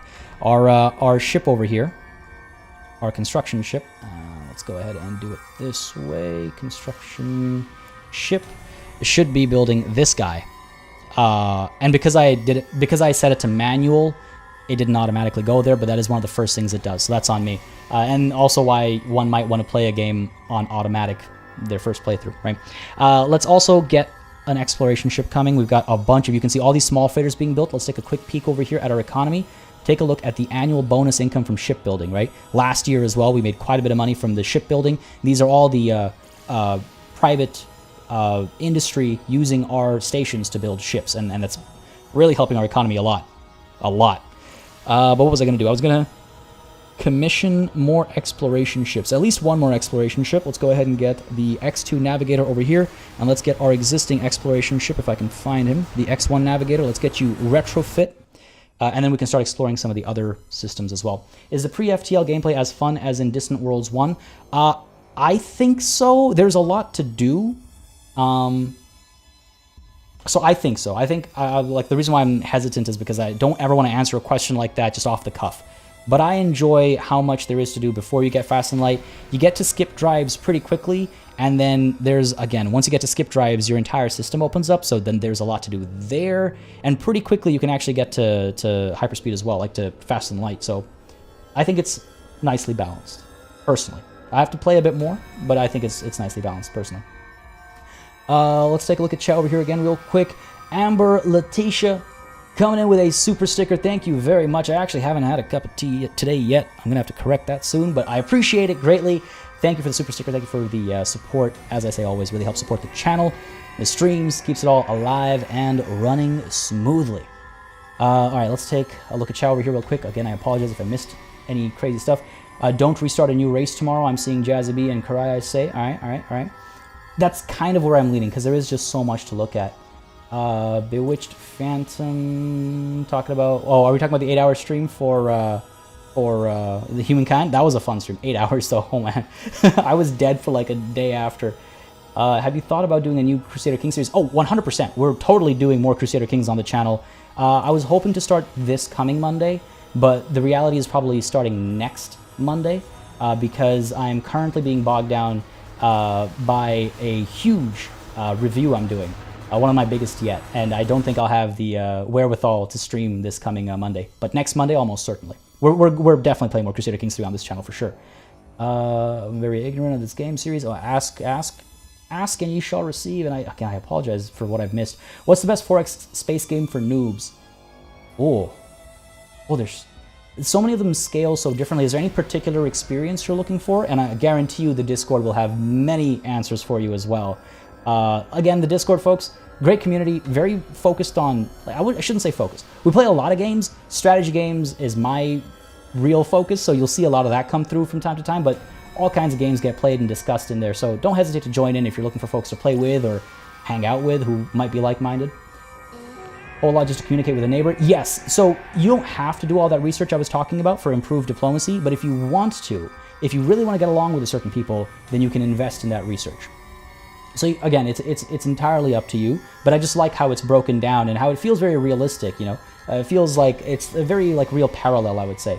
I always think it's odd in sci-fi settings where a whole species will have just one government and one culture. That's always, yeah, so it's a good thing that this game actually splits it up where you'll come across another of your species. I wonder what the story elements are, though. I don't know yet, actually. Sins of a Solar Empire, yes. There's some recommendations in chat. Great mods. Solaris also has some great mods as well. On the topic of Star Trek and 40k, if you want to play a 40k 4X. Solaris with the mod is insane. I'm take a look.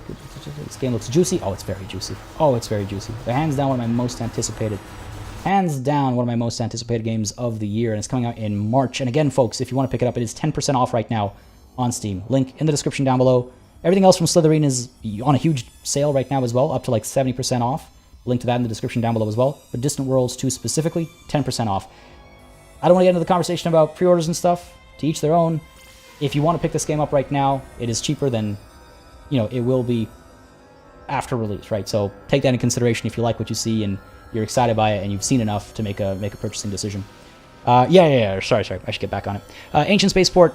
Our scientists have long been puzzled by a strange star that appeared to meander across our skies.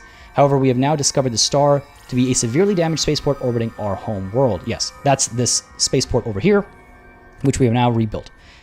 While rebuilding the spaceport, workers have retrieved several interesting messages from the logs.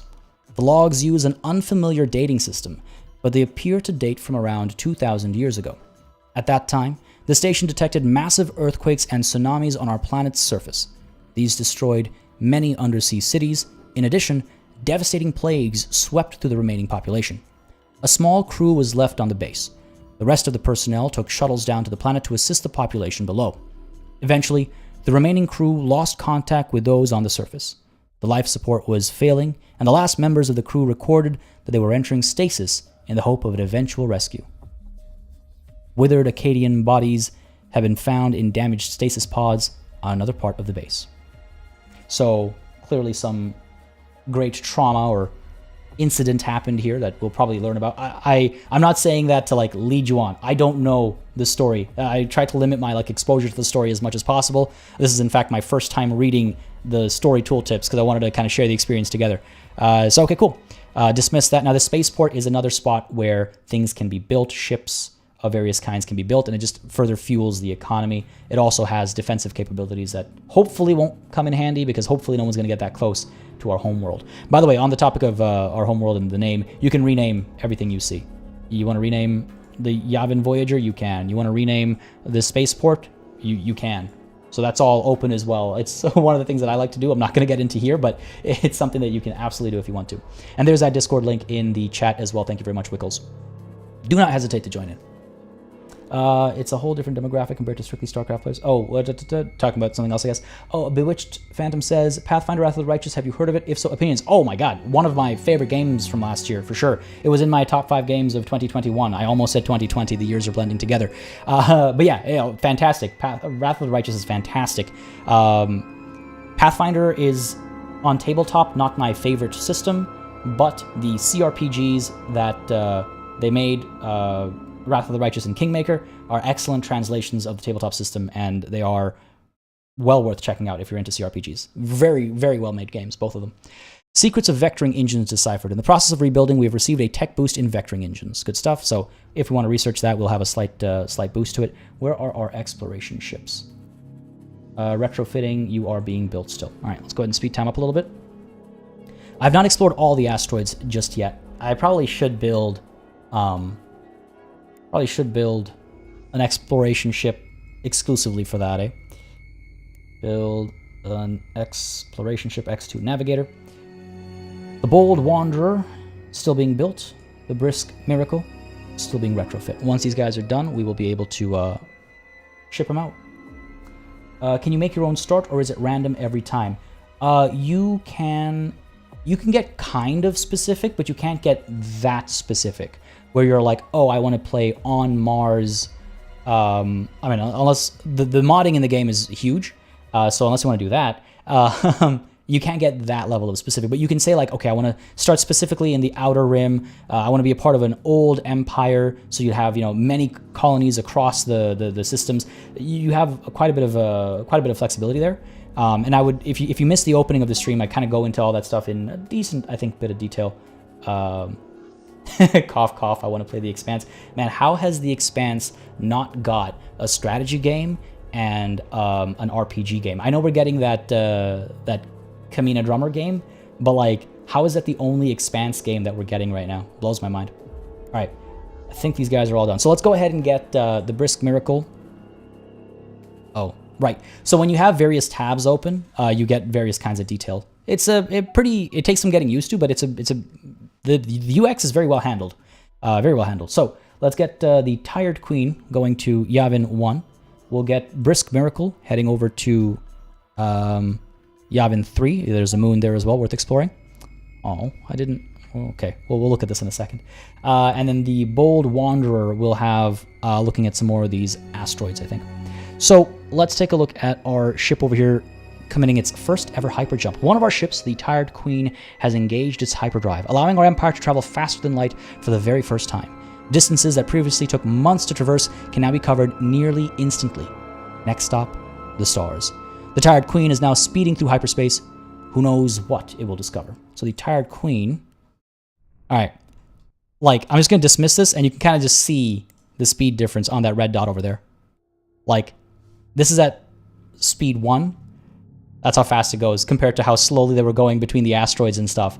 And that's just the first level of hyperspace travel. So you can see how, like, now, yes, our own system has been opened up, but at this speed, we're not going to make it all the way to the next star over, and that's why you got to upgrade your hyperspace even further. It's insane. It just blows my mind. I know I've said it like 3 times now, but it blows my mind.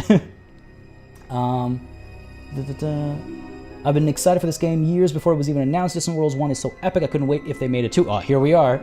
Here we are, right? It's finally happening. And I think they've done a great job. And I feel like they're setting it up for a lot of post-launch support and stuff as well. Because I know a lot of people were hoping for certain elements from 1 that haven't been carried over, but I think the developers have kind of addressed their plans moving forward. Don't quote me on that though, because that's knowledge from like a year ago now, and honestly, this whole year has been a blur. I'll verify though, and I'll have answers when I start diving deeper into this game before launch. Life's tough in space, but what you gonna do about it? Oh my God, Keith. Well played. I had to like say that one out loud to get what you were going for. I love it. Is there mod support for this game? Yes. It's I think it's going to be a bit more complex than the prior titles because it's got more moving parts, literally and metaphorically speaking. But yes, mod support I do believe is a pretty major part of these guys. I played Disco Elysium over Christmas. What a stunning game! I do need to play that. Yeah, I'll definitely be doing that when we get back to our regular schedule. Lone Trader, we've encountered a lone starship, the Yavin Endeavor. Wow, that took a second. In the Yavin system. It does not appear to be a hostile pirate, but rather an independent space trader. Could there be other ships like this? Might they help transport needed resources for us? Interesting, interesting. Traders tell us of nearby colony. I've never seen this kind of event. Our recent contact with the independent traders has revealed the location of an independent colony of Mortallans at Epson in the nearby Vintuani system. This will be a good destination to investigate once we have the necessary technology to travel to the system. The colony may even be open to joining us if we cultivate our relations with them. Okay, the Vintuani system. Show me. Gonna teleport me to... oh, there we go. Displeased with it. The first thing we see is like, we're like, oh yeah, maybe they'll join us if we get along well. The first thing we see displeased with us, damn it. The Mortallen are an aggressive people, and so I'm not surprised by that. But they are all the way over here. Where is this planet? Quite far away. We'll get there eventually. All right, let's get back in here. Our ships are all going out to explore now, and we're going to finally start seeing like more of the insanity of like the private economy and stuff as they start building ships to explore, or not to explore, but to exploit what we find in these distant planets. Feels like this year is going to be major space games. Galactics 4, yep, Distant Worlds 2, Terra Invicta, Falling Frontier, Starfield. There's more. Oh man, Starfield, yes. There's more. I'm trying to remember. There's a couple more that are, I think, coming out this year, and they're slipping. Oh, Homeworld, right? Homeworld supposedly coming out later this year. So yeah, we're in for quite the ride this year. Let's go ahead and build more exploration ships. I might be overdoing it, but I know when I have advice on, the game tells me to build more exploration ships than I expect. We're gonna get a construction ship first, and we'll get the colony, in fact, to make an exploration ship. How about that? Taking a look at chat here real quick. I do enjoy chill games, but then I end up feeling lazy afterwards as I get taken by the game. That's not a bad thing. Sometimes it's nice to just play a chill game and just let your mind relax and just cool off. That's what I love about video games. You can use them for different purposes. Dark Tide is coming this year as well. I think, yeah, it was supposed to be last year and then it got delayed to this year, right? If I'm not mistaken. Tired Queen. I'm a tired queen because I know I read that and I was like, tired, you say? Some of the ship names are quite chuckle-worthy. I love it in a good way. I say it in a good way, not cringe-worthy. Ixion. God, I forget how to pronounce that now. Is also this year, and that looks very interesting. Ixion? Yeah. I looked it up for my video earlier this year, my most anticipated games videos. I looked up the how to pronounce it, and I was like, oh, that's not what I thought. I'm trying to remember. All right, this is all going okay. Let's go ahead and speed things up, not down, because we're going to have some exploration ships being built. All right. These guys are checking Yavin 1 out. Another minute for that. Well, minute in-game time. 2 minutes for there. All right, cool. Kerbal Space Program 2 this year, maybe? Oh, yeah, true. True. Fingers crossed. I hope it comes out this year. There's a lot of space games this year, actually, yeah. It's like, I feel like last year or 2 years ago, suddenly sci-fi games became the hot thing again. All right, discovered at Yavin 1. We've got Otandium Opal. Gives plus 5% colony development and plus 1% colony income. We also discovered, what is this? Rillig, which gives us plus 5% colony development. So eventually, not right away necessarily, but eventually, the private sector is going to start investing in mining this space out. I might instead just build a mining station myself and further encourage that trade, because I like that colony development that's being proposed or being made possible. Let's go ahead and retrofit our construction ship and then send it over.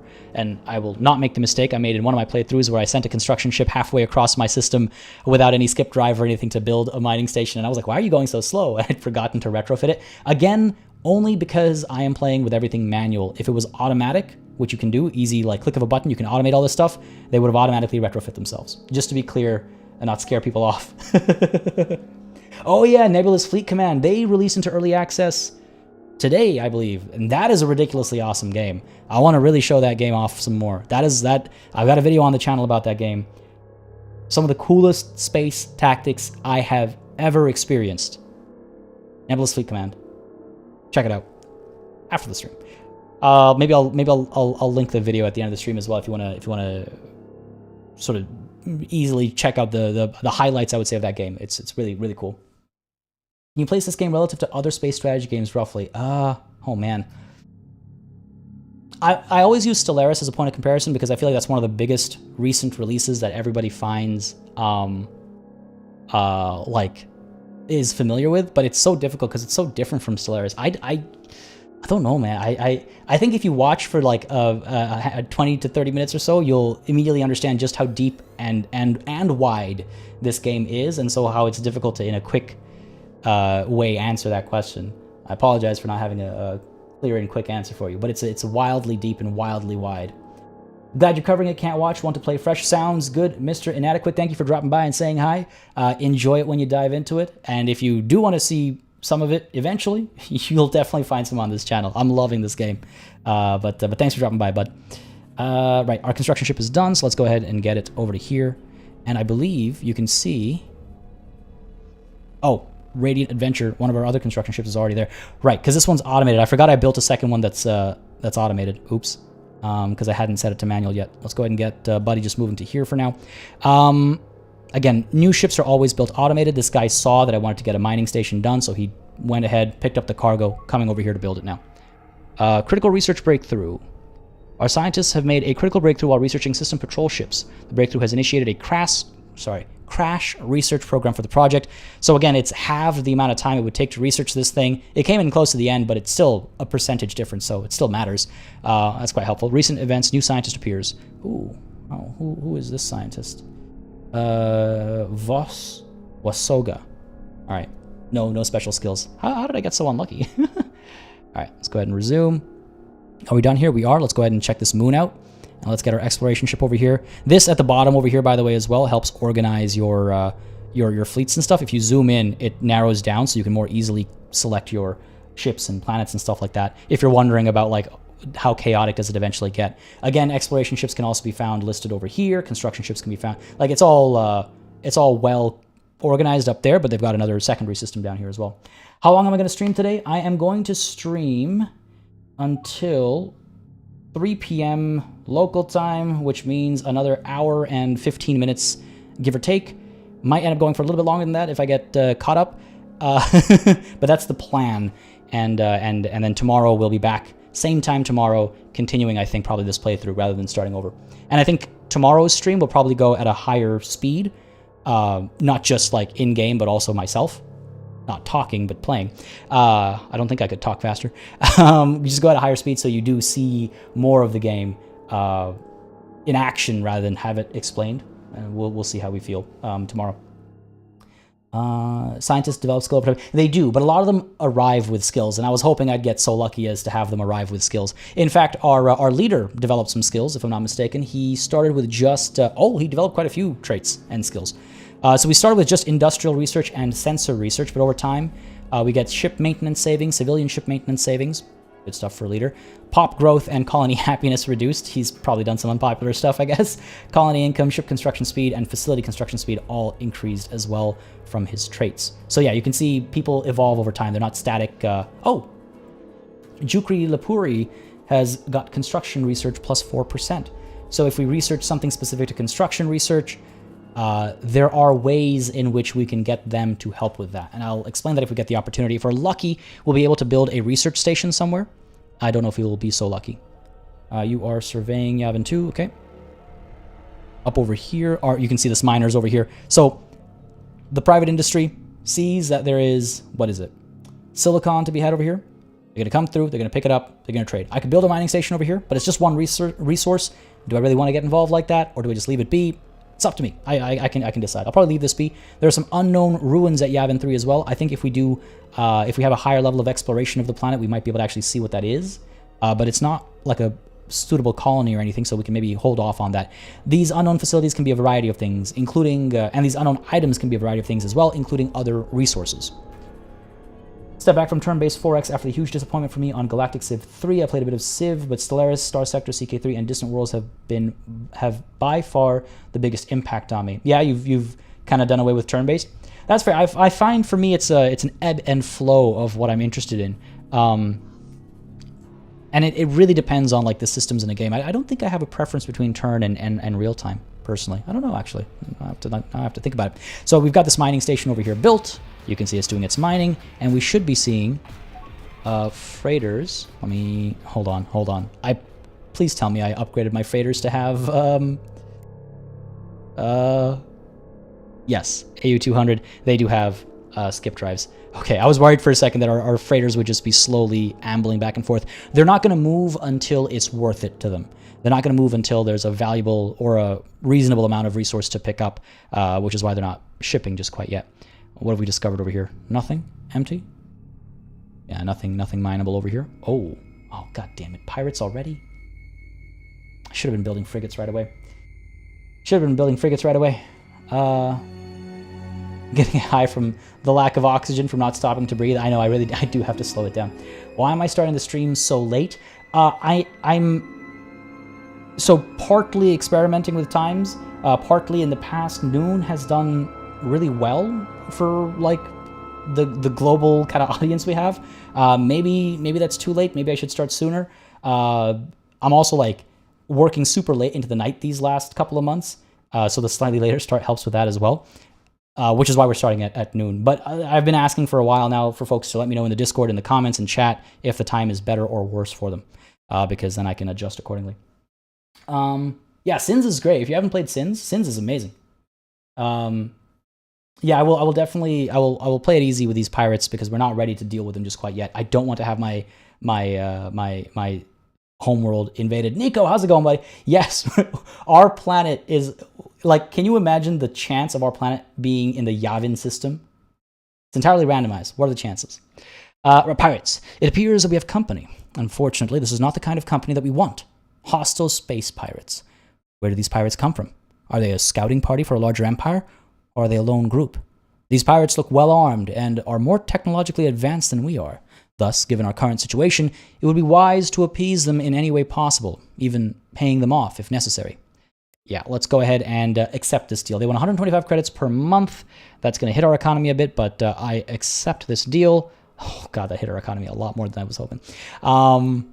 We don't have the wherewithal to deal with them just quite yet. Let's go ahead over to our ship designer really quickly and build a new design for the frigates. Again, we don't have any existing frigate designs, so we have to build from scratch over here.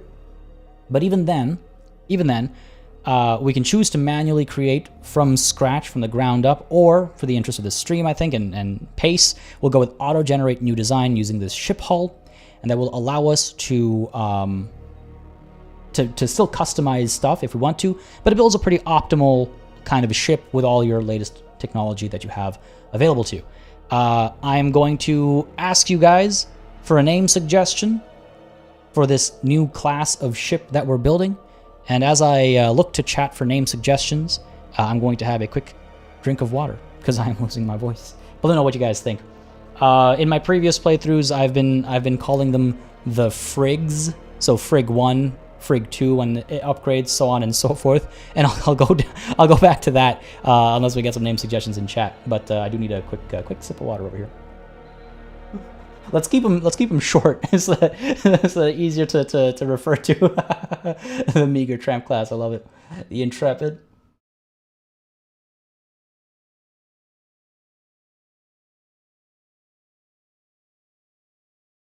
The slave. Well, if it's a class of ship, right? So we would have to do the class. Oh, I forget now. The fire spray, right? The Sea Wing. Oh, I see. I saw. I thought I saw another Star Wars reference as well. Sea Wing. I do like Sea Wing. The Manta reference is good too. Star Manta. Looks like a boomerang. Fridges. How about water species themes? I guess the rest of them don't have. I guess I would do that, but the rest of them don't have. I'm torn between Star Manta and Sea Wing so far.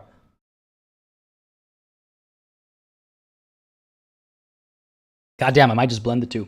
The Sea Wing Star Manta, right? Because like you get like the yeah, you know what? Let's do it. Sea Wing Star Manta. Because like you get the official designation, and then you get like the nickname. A lot of things will have like their like alternate name. You get that with like military equipment in our present day, right? So how about that? What do you guys think? The Sea Wing Star Manta. This is designation 1, I guess. Or we could. How about we do this? Sea Wing X. Can I not paste? I can. Okay, fine. The Star Manta. Sea Wing 1, because it's the first of its thing.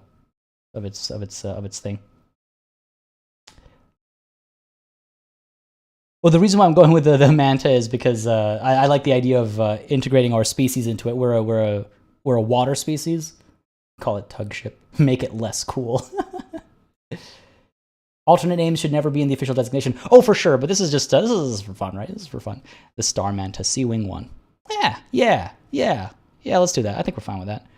Until everybody starts rioting. Do I want to add anything to it? We don't have room for anything else. We could maybe get another engine, but I don't think...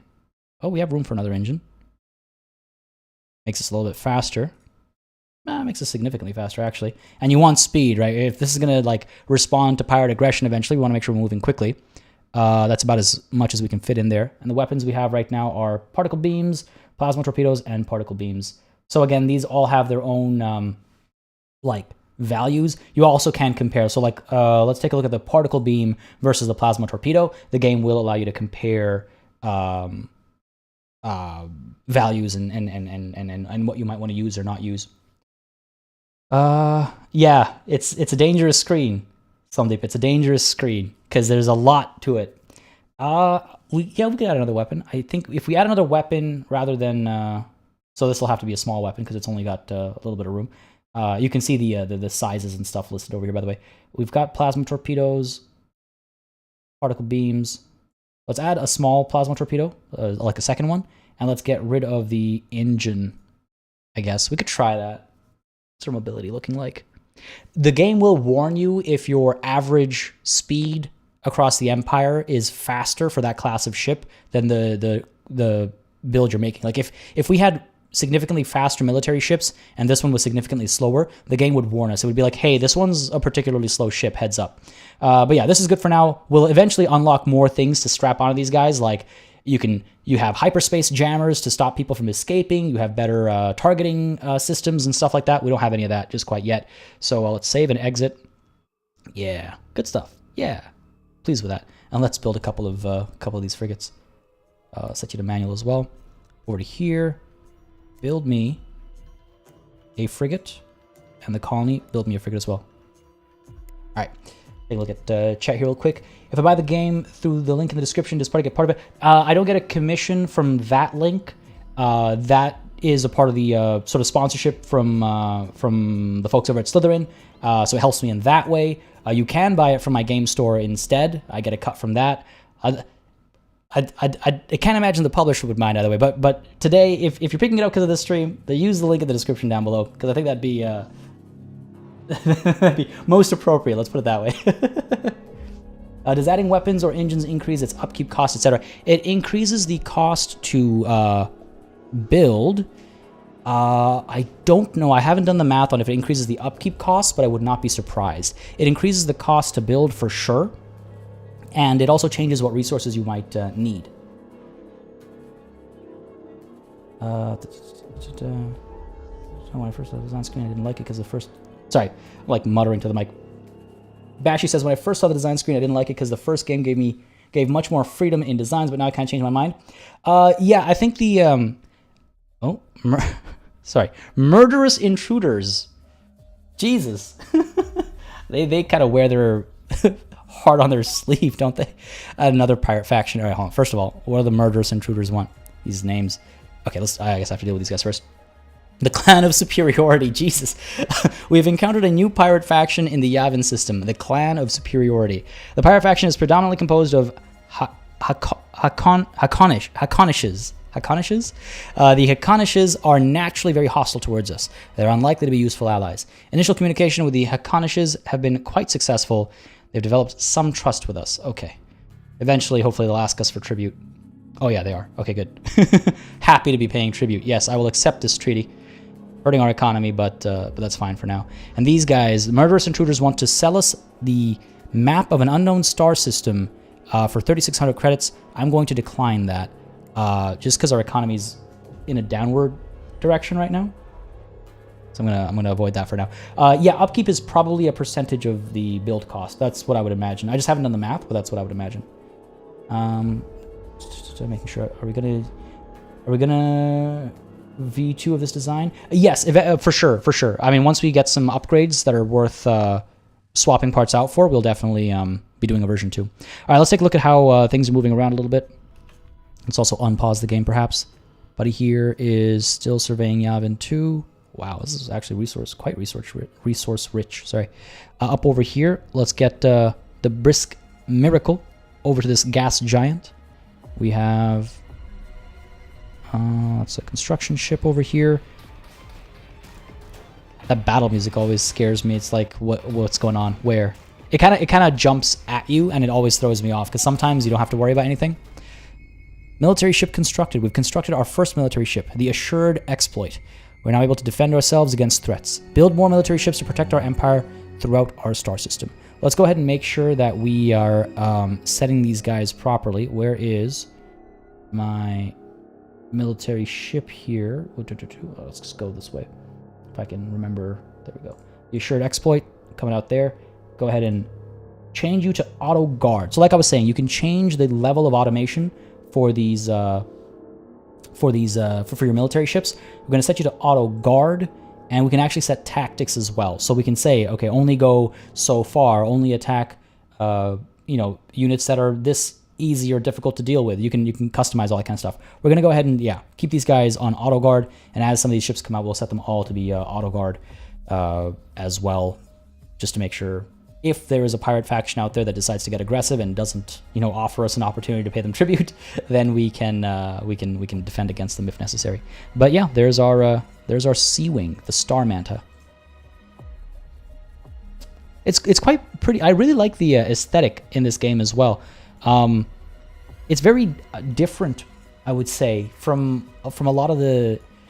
It's very atypical, I guess. I mean, if you're when I see this, I think about the Tau, but that's not a very common ship design in video games. I feel like, I don't know, maybe I'm wrong. Maybe I'm off my rocker there, but they just feel very different, and the different species all have different aesthetics, of course.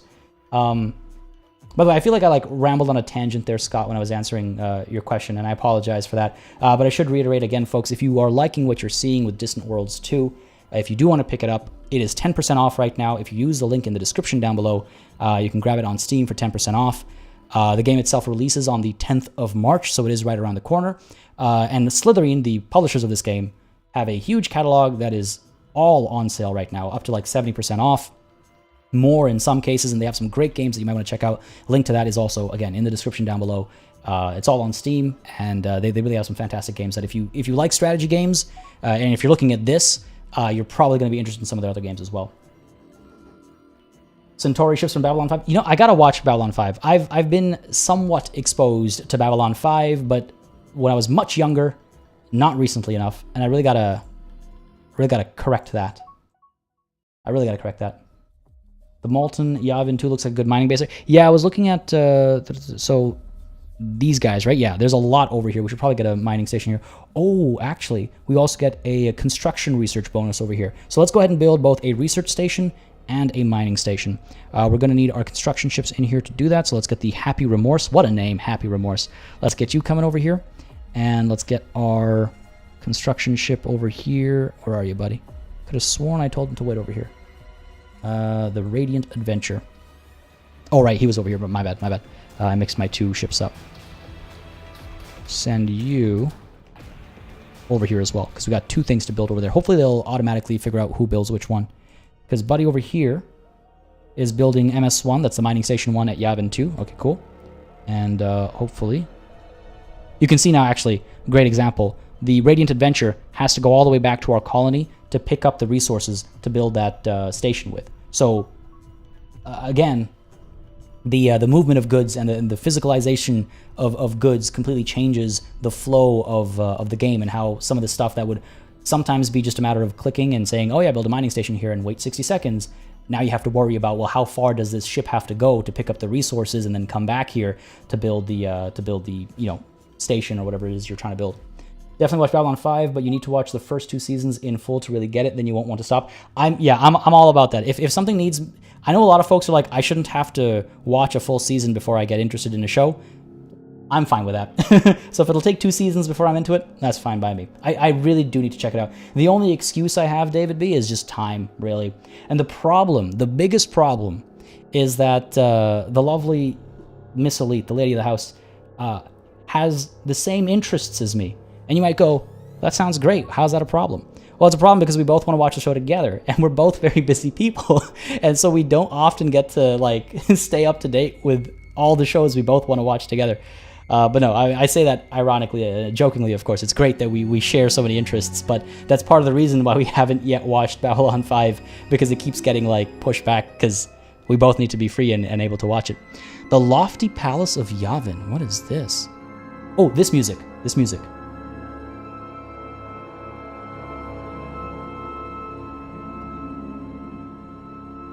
Is this not does this not just sound like it would fit perfectly into Star Wars? Hopefully you caught that. Hopefully I made it loud enough at the right time. But yeah, more ruins. Lofty Palace of Yavin. We've discovered the Lofty Palace of Yavin, ancient ruins from a lost civilization at the volcanic planet Yavin 2 in the Yavin system. So you can either leave the ruins alone, or you can actually have them investigated. So let's go ahead and investigate the ruins and see what they have. Sometimes I assume you'll get negative impacts. But what do we have here? Massive. Oh, wow. And this is the first time, of course, we get a negative impact. In the Lofty Palace of Yavin, we've made a curious discovery. As our team enters the ruins, a massive quake is mysteriously triggered at our homeworld in the same system. Oh. The quake has caused extensive damage, even damaging the quality of the planet itself. Are you kidding me? However, it has also revealed an abundant new resource at our homeworld. These ruins provide the following colony bonuses: plus 9% colony development, plus 4% scenery. We can acquire scenery bonuses by building a resort base here. Cool. So the Lofty Palace is on this planet, but it triggered a negative outcome on our homeworld, damaging the quality of our planet. Why? Why would it be during a live stream I get such luck? Either way, dismiss. Cool. Good stuff. Yavin 4 was one of my favorite. Yeah, I love that we ended up in the Yavin system. I'm never going to get over that. Yeah, Star Trek, I see Star Trek being mentioned, is another one of those shows. I've seen some Star Trek, but I've not seen Star Trek start to finish. And Miss Elite's childhood involved the original series quite a bit, so she keeps trying to get me to watch the original series start to finish. And we all, I mean, come on, it's the original series. This is a different era of TV, so it takes some getting into. I think I've watched maybe 5 episodes of season 1 of the original series. It's very difficult to get going with Star Trek, but I've seen some of the other series, various episodes, and I do quite enjoy what I have seen. I've had a lot of my friends be like, "Listen, you just got to watch the right episodes, and it'll get you going, and then you won't be able to stop." And there are some really good. There's some really good Star Trek out there. Yeah, correct, exactly. But she grew up on it, so for her, it's the nostalgia is powerful, right? Let's explore some of these asteroids over here. Oh, one of these guys show up over here. They're escorting the Happy Remorse. Fair enough. Looks like our mining station is almost done. And buddy here, no mission. Can I get you building the research station? Yes. Okay, great. Cool. Economy is hurting. We really need to pick up the pace, I would say, on our economy. Let's go ahead and explore some more spots. Cowering Chance. What a name. Go ahead and get you... What are you doing? You're surveying Yavin? Oh, you're automated? Go ahead and get you surveying Yavin 9 over here. It looks like we've already... Yeah, we have some automated exploration ships, it seems. Or we had the one that's been getting some work done. I'm not going to complain about that, actually, because it's working to our benefit here. We should probably build some more mining stations then. Oh, first contact. Murderous Rock Syndicate. I love the pirate names. It's just like warnings. All the names are just warnings.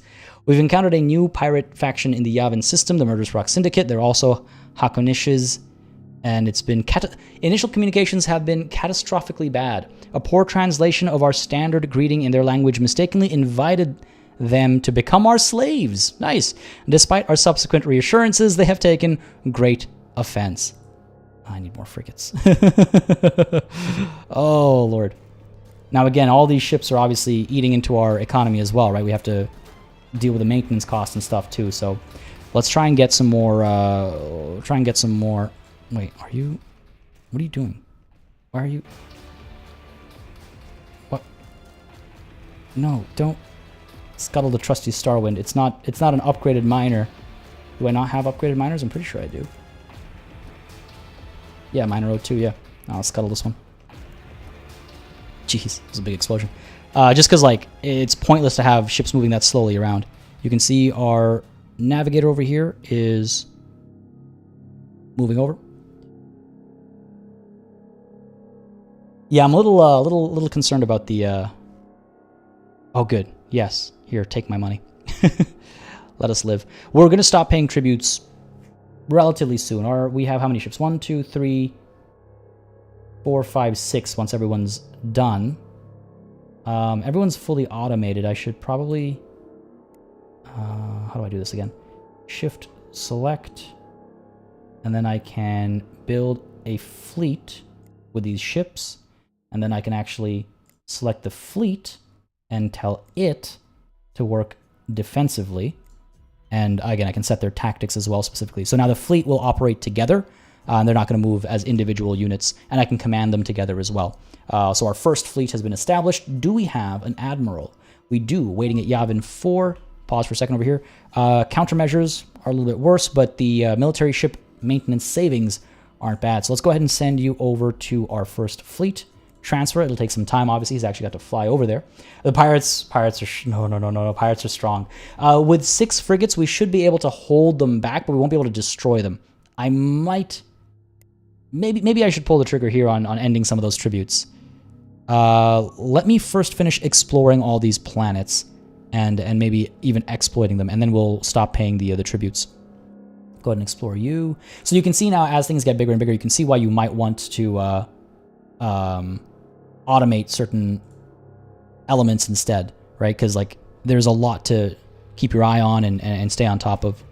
Ooh, a continental planet. We might actually be able to colonize this. The Bold Wanderer. Let's get you up over here to Yavin 10. Yavin 4. What are the chances? What are the chances? You are done here, so let's get you scouting what? Oh. The assured exploit is under attack by Sly Enigma, an escort of the Murderous Rock Syndicate. Hang on. The Murderous Rock Syndicate. Oh, I thought we had deals with all these guys. Well, if they're gonna attack me, then I'm not gonna pay them tribute and be attacked. What the hell? Even with state income negative, your civilian income may still make you positive. Yeah. So, well, this is your total current cash flow. So we do have to worry about that, because I do believe it includes everything, including like colony tax. It doesn't include things like shipbuilding and fuel sales and trade and tourism. So all this is still counteracting the negative, but I still don't want to be at a negative for too long. But yeah, where are our pirates? I could have sworn I was paying them all tributes. Which one's diplomacy? Who are you again? Murderous Rock Syndicate. Yeah, we have a treaty. All right, time to end this treaty, I think. Or do we not have a treaty? Oh, I guess we don't. Oh yeah, these are the guys we don't have an agreement with. All right, fair enough. All right, we should be able to take these guys on pretty easily. Let's go to speed 1 over here, and you can. All right, so as we're going to battle, why don't I highlight some of the fighting mechanics over here? So as you can see, ships will auto engage because I've set them accordingly. Ranges, of course, matter. When you have a ship selected, you can see its ranges, its firing ranges for the different weapon types. Every ship, if it's appropriately built, will have shields, armor, and hull. Certain weapons can bypass shields. Certain weapons can bypass armor. So you can, have weapons that ignore shields and hit any armor that's underneath it, or if there is no armor, then hit directly at the hull, and you can destroy a ship without having to penetrate its shields or armor. Typically, you will have to go through the shields and armor. Once you start causing damage to the hull of a ship itself, that's when you start causing damage to its components. Now, the component modeling is pretty cool because it works as you expect, right? And a lot of games don't do that, but here they work as you expect. If you destroy the engines of a ship, it will not be able to move. If you enjoy the reactor on a ship, it won't be able to do anything. So you can prevent somebody from escaping into hyperspace. You can prevent them from firing back. You can make them sitting ducks. You can, if you want to, go in and give individual orders to your units. These guys are automatically engaging right now. But in bigger battles, you might want to ignore ships that are disabled. You might want to focus on ships that are particularly dangerous, etc., etc., etc. So it gets pretty again, like nuanced if you wanted to. Let's go ahead and watch this battle at one speed. It'll probably be over pretty quickly. I wouldn't be surprised if they managed to jump and escape. But yeah, so again, you can see how shots are actually modeled. And you can visually see fights play out, and you have, again, some control over them as well if you want to move ships around. I think we'll be okay. Oh, we've actually caused a fair bit of damage over here. But you can see he's trying to jump. He might be able to jump. We might be able to cause enough damage to the hull and destroy his engines. I don't know if we have enough firepower here. Come on, stop him. Stop him. Couple good shots in there. Ah, god damn it. Got away. Eventually, you can get sensors that will trace where they jumped to, and you can like follow them and stuff. So it does, again, post-battle gets more involved down the line too. All right, time to build some more mines, I think. Honestly, just let's build a handful of these. Just encourage that that private economy as much as we can. What do we have? What is this actually? This is Jakarta Ivory for colony development. Yeah, don't mind if I do. Gotta explore this place as well. A little concerned about poking our noses in there, I'll be honest. But we will have to head there eventually. You are almost done. Surveying Yavin 5. Keep at it. Up over here. Not too much on this gas giant. And this volcanic moon is about 2 minutes away from being fully explored. Looking okay. We've got our mining station there done. I imagine our research station here is done as well. Perhaps. Under construction still. Okay, cool. Oh, boy. Taking a look at chat here real quick. It's weird how, like, my chat has been kind of laggy today, and I apologize for that. Just need warp drive inhibitors, and you prohibit hostile ships from... Yes, exactly. And that is a technology in the game that you can get to force them into engagements that they might want to try and avoid. Absolutely. It's just a later technology down the hyperspace line of techs. Razif Hazmi, thank you very much for subscribing. Hope you're enjoying the show. If you are, you know what to do. Let me know down below. Hit that like button. And don't hesitate to join the Discord either. Again, linked in the description down below. Great place to hang out with some fantastic folks for some fantastic chill times. I think earlier I missed I am Ila Sama subscribing to the channel. Sorry, buddy, I missed that earlier. Thank you very much. Appreciate it. Hope you're enjoying the show. And again, plenty more like it to come. I'm loving Distant Worlds too, so you can expect more of it on the channel for sure. Let's go ahead and speed time up a little bit. Once this tech is done, we'll open the economy up even more as we travel to different... Oh, no. Why do we have military ships here? No! Wait, what are you doing? What? Who are these guys? Independent. You're just going to attack them? Attack Sly Enigma? Who is this? Okay, no. Okay, no. Okay, we're attacking a pirate ship. I was worried that these guys were coming here to attack these independents, and I was like, what are you doing? I feel like that battle showed why you'd want some shields, perhaps. Oh, 100%. I think the next thing to research after this will be some defensive technology so that our ships have some staying power and they don't have to be repaired as often. In fact, why don't we go ahead and queue it up right now.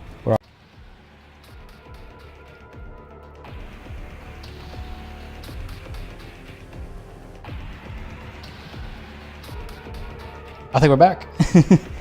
kind of stopped there for a second. My apologies. It's funny. I was actually wondering. I was like, hey, wow, we haven't crashed in a long time. That worked out. Sorry, what was I saying? I was saying...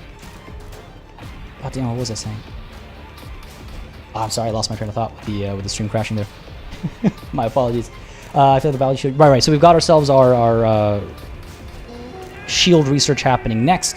We'll eventually, hopefully, be able to build enough research stations to be able to...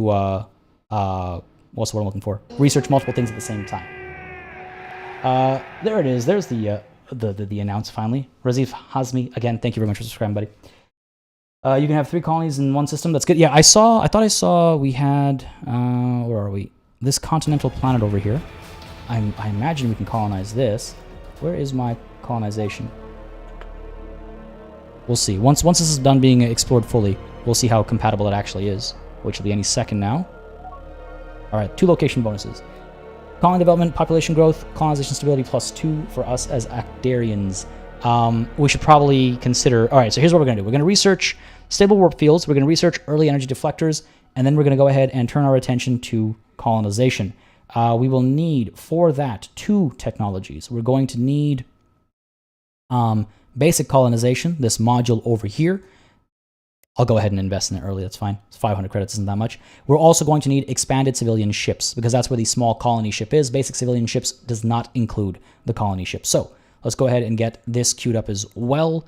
Rearrange that, because it doesn't make sense having a colony module without actually having a colonization ship. So we'll rearrange that, and again, hopefully we'll be able to pick up the pace on research by having more research bases. Go ahead and get you operating over here. This seems like a pretty good spot. It'll be difficult to... I had one start where one of my moons was actually an appropriate colony for my people. That worked out nicely. This might be a bit difficult to manage because it is so far away. It might be difficult to defend. These guys are refueling at Yavin 6. Okay, I guess these independents are rather cooperative. New ambassador has arrived for diplomacy stuff. I don't think we're engaging in too much of that just quite yet because all we got is a bunch of pirates. Yavin 6 is displeased with us. Why? And what could I do? So diplomacy right now is automated. Our diplomatic strategy is automated. We can change that as well to manual. We're headed towards diplomacy leading to peaceful colonization or invasion when able. I think we'll stick with diplomacy leading to peaceful colonization. And it is trending upwards right now. Our relationship is trending upwards right now. +2 per year is not bad. We'll leave it at automatic. I don't see why the game would change that strategy. So hopefully things go smoothly, things go well. I wish there was an actual Sol system. Yeah, I don't think there is. I wouldn't be surprised if there is a seed out there that has the Sol system out there, but I've not experienced it yet, and I don't know if there is one. Research station constructed. Good. Constructing a research station gives a huge boost to our research efforts, allowing us to achieve technology breakthroughs faster. So with a research station here built, let's go ahead and dismiss that. Let's take a look at what this actually does for us. It gives us +9% construction research. So at this research center, we can take advantage of that +9% construction research, and we can also send one of our scientists over. So what we can do is, with Jukri Lapuri, for example, who has the +4% construction research, it'll stack. If my understanding is correct, it'll stack with the bonus of the actual region. You don't have to send like similar people for similar bonuses, but I can do that here. So why don't I send Jukri Lapuri over to the Yavin Research Center, transfer to this location. It'll take some time. So this will help us with construction research specifically. The other way research stations help us is if, again, we have multiple, because you can research multiple projects concurrently. But in order to do that, you need the number of research centers that you want to research concurrently. So if you have 2 research centers or 2 research stations, you can research 2 technologies at the same time. If you have 3, you can do 3 at the same time. I think 3 might be the highest. Oh no, it can go higher. Let's leave it at 3 for now. But that's why we'd hope for more research stations. Can I send my diplomat to those independents? I do not remember. Worth checking. So we've got our ambassador. Can I send you over to Yavin 6? That is the Mortalin Independent Colony, yeah. Let's try it. Not sure. I'm not sure how diplomacy with independence actually works, because in my prior playthroughs, I haven't been able to explore that aspect. This is the first time I've had independence this close to me, so I'm actually interested in seeing how that plays out. All right. Diplomacy off for pirates. Oh, damn, I missed it. We'll catch it later. We'll catch it later. First game had an in-game editor where you could add planets, moons to a system. I I think this game has something like that as well. It does, game editor. Not going to dive into it because it's a whole other thing. But there is a game editor. I don't know if that's only for this early build or if it'll be included in the later build, but I did notice that in the menus. All right, so what else are we up to over here? Do we have our exploration ship in this area? I thought we had one here because we've got all these asteroids that we should probably explore as well. I find typically asteroids aren't necessarily worth exploring because there's so many of them, and it can take so long to manually give those orders. But if we're done with everything else, it might be worth it. Mining station queue to build here. Why don't we go ahead and actually start automating some stuff? Because I think auto build, fully automate. Fully automate. I think it's probably the right call just to make sure we're staying on top of this stuff while I'm also, you know, focusing on chat and trying to balance everything. How do you have early access to Distant Worlds 2? I want to play so bad. The publishers were kind enough to send me an early access copy so that I could check the game out and showcase it on the channel. They know I've been excited for this game for a very long time now, so they were kind enough to actually send me a key so I could do this. And this stream itself, again, just as a reminder, I want to make sure it's crystal clear. I know it's in the description, but it's worth mentioning again. The stream is a sponsored stream by the publishers, and all they've basically asked me to do as part of that sponsorship is, well, to stream, but to share that there's a huge sale right now on their games. Just as a reminder, if you're just joining us, Distant Worlds 2 right now is 10% off. If you follow the link in the description down below, you can pick it up on Steam, 10% off. If you like Distant Worlds 2, there are a ton of other games that the publisher makes, Slitherine. They make a ton of strategy games that kind of fall into similar, like, ilks, I would say. You probably want to check those out as well. They're on a huge sale right now, up to 70% off on some of them, even more others. Again, there's a link in the description down below to take you to all that. And I believe the sale is this weekend specifically. It doesn't go beyond it. So now is a great time to pick up some of these games if you're interested in this kind of genre. Oh, what's the late game scale of this game? I have not yet gotten to the late game, so I can't comment on that. But if the mid game it means anything, insane is, I guess, what I would say. I don't even know if I'm at the mid game when I'm calling it the mid game. It still feels like there's so much to go, the farthest I've been. Olivier, thank you very much. Sorry, Olivier Gagnon, thank you very much for that super sticker. I will absolutely keep it up. I love that pair. It is one of my favorite things when it comes to, like, super stickers. Appreciate it greatly, buddy. Thank you very much. That support really helps tremendously, as I say time and time again. I repeat myself because it's that helpful in keeping the channel and the streams alive and running smoothly, as I like to say. So thank you very much for that. Appreciate it greatly. Distant Worlds 1 is 90% off, just $3 now. Oh, hey, wow. Just $3 right now. I mean, yeah, if you want a taste of similar but different, it feels very different because visually it's very different. Wow, that was fast. We finished the deflectors quite quickly. Moving on to the civilian ships. Okay, so now that we have the jump drives and the deflectors, it's probably worth upgrading our frigates. So let's go ahead. Ship design, the Star Manta Sea-Wing 2.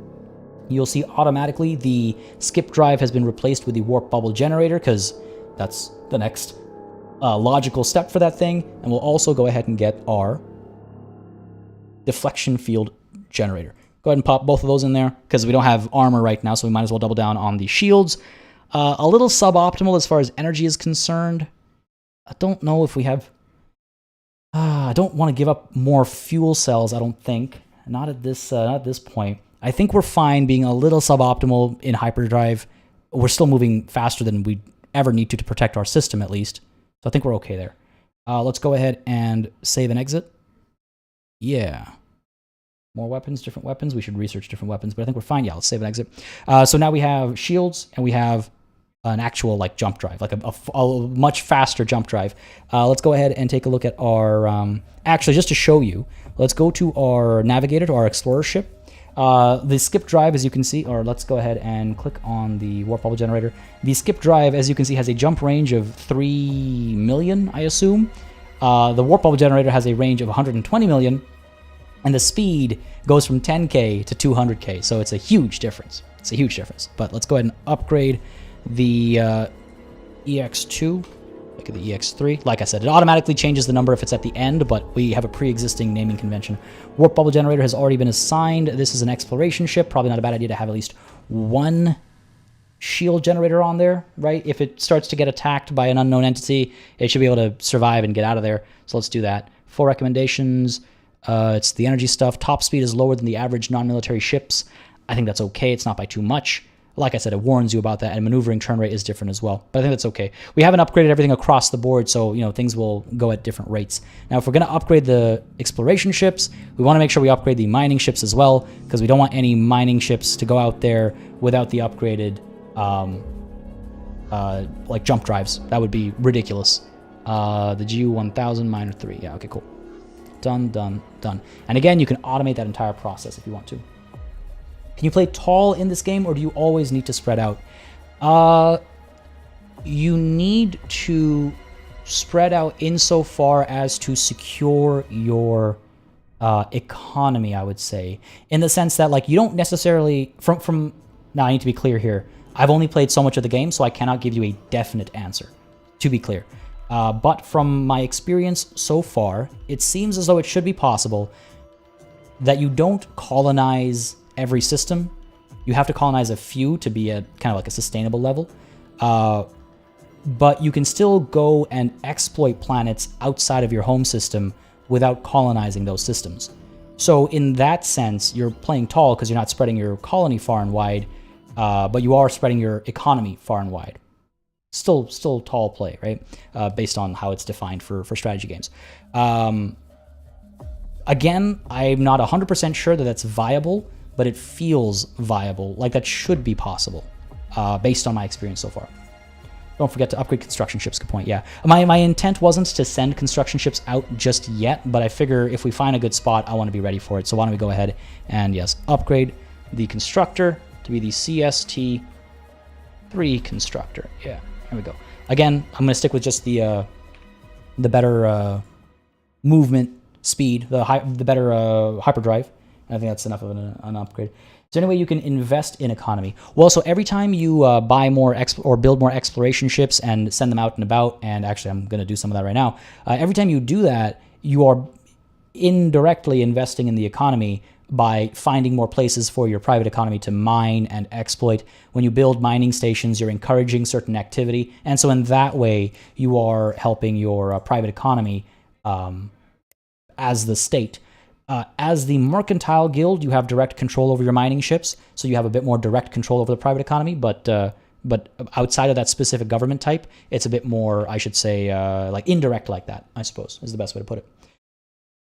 If Distant Worlds 1 is anything to go by, you don't need to play wide, but you can still manipulate resources outside your borders and focus on trade where you're lacking. Yeah, exactly. That said it very clearly there. And that's the feeling I get from this game based on how much time I've spent with it so far, that you do not have to spread your borders to spread your economic power, strength. Yeah, I think that's the way to put it.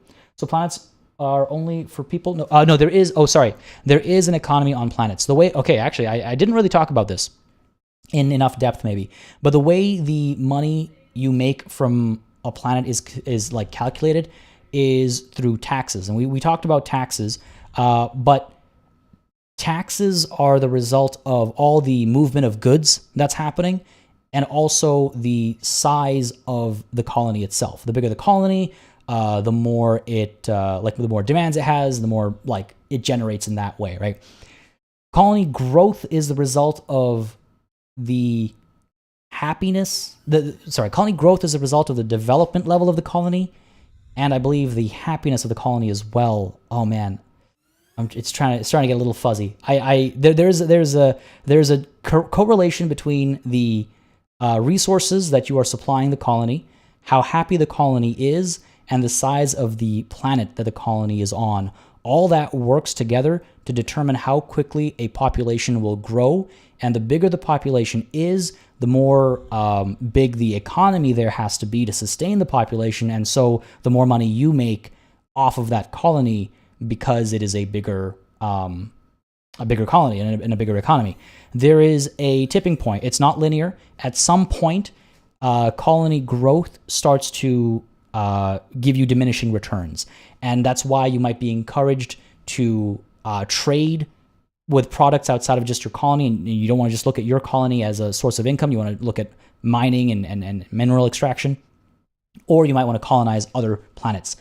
When you start colonizing other planets, so as we're going to do relatively soon, at first the investment you have to make into the colony is through the roof. It's very expensive to colonize a new planet. So that's something to keep in mind as well.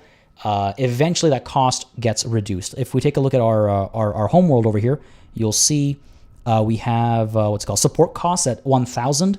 When you establish a new colony, I believe it's closer to like 4,000 or something. And the revenue from that colony will be zero because there's no population there. There's no economy there. There's no movement of goods there. So you're investing a lot of money and you're trying to get migration to happen. You're trying to make that planet as attractive as possible by getting, luxury goods there or by having low tax rates, because all the population will take that into consideration and they'll move to a planet with lower tax rates or better scenery or just better living conditions, better development, better resources locally available. And that'll affect migration. Migration will eventually grow that planet's population, and eventually that'll mean that it's going to start generating revenue. You're eventually not going to have to support it as much because it's been developed into a full-fledged colony, and then you start making money off of it. Oh boy, I need to breathe.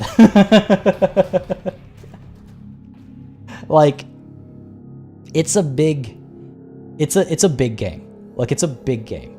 And it's kind of, it's a difficult game to summarize, because there are so many moving parts. Oh, what is this? Under attack by a Gravelex. Show me. What is this? There are a lot of moving parts, and a lot of them are intertwined, and they're all very interesting. And I'm trying my best, and hopefully I'm doing a decent job of explaining it. The epic music is because there was a battle somewhere, and I guess this Gravelex over here, it's like Space Scorpion, basically, is attacking one of my mining stations. So hopefully our fleet is responding. Oh no, they're dealing with the Zoo Scourge. Oh no, what is this now? This is why, again, automation helps sometimes, because there's so many things happening at any given time, you'll sometimes want to automate. Oh, you're attacking the Desperate. Why are we engaging with these guys when there's something? Let's go ahead and override their current actions and bring them over here instead. Where are we? And you over here, attack the Gravelex. Yeah, let's go ahead and see them turn around. Oh, look at that. Look at that, beautiful. A flock of birds. Or mantises, I suppose. Come on. Come on. Jump. I like how they jump together as well. It's pretty cool. It's everything you need a military jump to look like. There it is. Bam. Come on. There we go. Look at that. Look at that. Of course, there's little factors that might delay or speed them up and stuff. So there's some variance as well. It's not like super smooth and perfect because, what is so good. Forehead117, thank you very much for subscribing. Hope you're enjoying the show, buddy. If you are, again, you know what to do. Let me know down below. Hit that like button, folks. If you like the stream, if you like when I stream, if you like the game that I'm playing and you would like to see more of it, hitting that like button sends me a message, lets me know loud and clear that you enjoy it. Whether you're watching live, you're watching the VOD, it really helps me just know what to do on the channel. So if you want more Distant Worlds 2 on the channel, hit that like button. Don't hesitate to join our Discord either. Again, great place to hang out with some great people. Links to all that in the description down below. Alright, let's go. Let's go. Take these guys out. Yeah, I'm just temporarily taking control of this fleet to deal with this thing that's attacking my mining station, and then we'll send them back to do whatever they deem necessary. Looks like these guys are attacking one of our freighters. Alright, well, we'll get back to that shortly. Where is my fleet? I want to watch this fight go down. What do we have over here? We don't actually know. No armor. It looks like no shields, just health. Because again, this is a living being. This is an organic being. Cash has doubled since you updated your designs with the new hyperjump. Oh, I guess money's moving a lot faster now. And I assume a lot of people have retrofit their ships, right? So the shipbuilding. Look at that. Last year, this year, we're making a lot of money through those ship upgrades and new ships being built. Let's speed time up a bit more as well. Oh boy. Again, eventually, as you get higher and higher quality engines, your ships start to move a bit faster. I maybe engaged this thing a little too early. It was still a bit farther away. I could have probably waited until it arrived around the moon over here and then engaged it because it would have been a bit more static. Keith Hinder, you gotta go. All right, sounds good, buddy. Thank you so much for coming through today. Glad you can make it. Have yourself a beautiful, beautiful rest of the day. And hopefully I'll catch you tomorrow. We'll be streaming tomorrow as well at the same time, so hopefully I'll catch you then, buddy. But enjoy your time with your friend if that happens to overlap instead. Or, have them join us too. Thanks for coming through, bud. Paolo, how's it going, buddy? Folks, we have a wonderful member from Slytherin in chat with us. Paolo, how goes? Glad you can make it today. Hopefully, I imagine your weekend has begun, I think. And thank you for subscribing, Paolo. I appreciate it greatly. Hope you're enjoying what you're seeing. I imagine you are, considering. Oh, damn. Right. Let's go back down to 1 speed over here. Oh, what is this? Oh, I don't like that. I don't like that. But I think we'll be fine. It's not got too much health or anything. We got a sizable fleet engaging it. We'll be... Oh. Did you hear that? Hope the volume was right there. Yeah, I think we've got this. We're fine. We're fine. We're fine. Done. Dead. Oh, nasty. This is like little gibs flying around. I was expecting an explosion, but no, gibs instead. All right, let's go back to automating this fleet because it was doing a decent job. What are we looking for? Defend, please, and thank you. I just have to pull it in here. You know what? I pulled them here prematurely. Guaranteed by the time the mining station was being attacked, these guys would have responded and we'd be fine. Yes, pre-order is open. Yeah. Like I said, again, it's 10% off right now, folks. As I literally just said moments ago, it is 10% off right now. So if you're interested in picking it up, if you like what you're seeing, the link in the description down below will take you right to this game, 10% off. And again, like I was saying earlier, Slytherin makes a lot of games in a similar vein, like a lot of strategy games. So if that's your like speed, there's a lot to check out right now. Again, it's like 70% plus off across their entire catalog, basically, more or less. So don't hesitate to check that out. Still jealous I can't play right now. Soon, Bashy, soon. It's not too far away. March 10th is not that far away. It'll be gone in like a snap of a finger. Swoosh Kid, how's it going, bud? Glad you can make it. How's it going? Rain Roth, I would sell my firstborn to get access to the beta this weekend. There's like a... Whenever someone says that, I always love to be like, now, do you already have a firstborn, or is this a future firstborn? Because depending on the answer to that question, it means two very different things. Okay, right. So we have the faster jump now, right? So why don't we go ahead and take some of our exploration ships. The Bold Wanderer. Let us boldly go where no Actarian has gone before. Let's send you off to here. Unknown star system. I love it. They're not named or anything, so you don't know what they are. By the way, these circles are visible only because I've got my, what is it? Let's pause for a second. I've got my nebula boundaries on. When I was previously playing the game, I didn't have them on, and I didn't realize that I was walking into those traps I was mentioning at the beginning of the stream, where I was just like walking into like electric storms that were shutting my ships down. But the game will warn you about them, so you don't stumble into them. That was entirely on me. All right, so the Bold Wanderer is going up there. The Brisk Miracle will hopefully make it here and won't need a miracle to do it. The Cowering Chance shall hopefully not cower on its way down here, and the Tired Queen is hopefully not too tired to get all the way to here. Let's explore some of these nearby systems first and explore a bit more naturally, right? A kingdom for my horse kind of thing. Yeah, it's like, but it's like, hopefully not in that exact situation. No need to traffic babies, oh dear. Total War Warhammer 3 is coming out as well. Yeah, next week. Gee, it's all happening so fast. All right, where are our exploration ships? The first time I did this, I literally like zoomed out like this and I just watched the ships move, because it takes so like much to get to this stage. It feels that much more like worth it when you get to the stage. You know what I mean? Like it feels like you put the work in and now you're getting the payoff. Forward 117. I hope I pronounced that correctly. Thank you very much for subscribing. I do hope you're enjoying the show, buddy. If you are, again, you know what to do. Let me know down below. Hit that like button and have your voice and opinion heard. And make sure we get more Distant Worlds 2 on the channel. Look at that. Look at that. Like, they're just squares moving, but it just means so much. I don't know. I love it personally. I love it. But again, with this jump drive, they're moving quite quickly. Again, we didn't balance their energy perfectly, right? But they're moving quite quickly, but they could still go faster. With later technologies, they go even faster. So if you're worried, like, oh my god, it'll take you your grandkids will be exploring the next stars over, don't worry. We are relatively early on as far as hyperspace technology is concerned. There's one more step that'll get us out there. And again, this start, I've been a little unlucky, I would say. Maybe I should have gone with the higher star density. But this is the farthest distance my neighboring stars have been in all of my playthroughs I've done. But that's just my luck. And there it is finally. Paolo coming with that subscription as well. I don't know why the alerts are popping up slower than PartyBot. PartyBot's working overtime to make up for being missing yesterday, I guess. Can resources run out? I have not seen that yet. I haven't seen any planet get completely mined out. I imagine no. I imagine they're permanently there because the scale at which they exist, they wouldn't run out just to, again, it's about balancing gameplay and realism, right? You can only get so realistic before the gameplay experience starts to suffer a little bit. Love how slow they move, makes things feel so big. Precisely.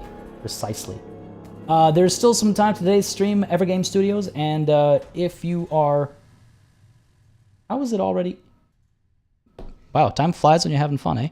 I didn't realize the time. There is some time left in today's stream, but we will be back tomorrow at the same time. That's again noon EST. We'll be back tomorrow to play some more Distant Worlds 2 and continue this playthrough and see more of everything this game has to offer. Well, I was gonna see. I thought I saw. Oh, fuel might be a problem. Damn. Yeah, you're right. Hopefully these guys are fine. Yeah, they look okay. And once we finish the well, we did finish the expanded civilian ships, so maybe we should get some fuel tankers just to start making that whole economy, you know, accelerate a bit and also sustain some of the movement that we're seeing. That's a good point. I don't think it'll be a problem at the ranges we're dealing with right now, but better safe than sorry, I like to sometimes say. And I do believe Karaya also said, congratulations for the 200K. Thank you very much, buddy.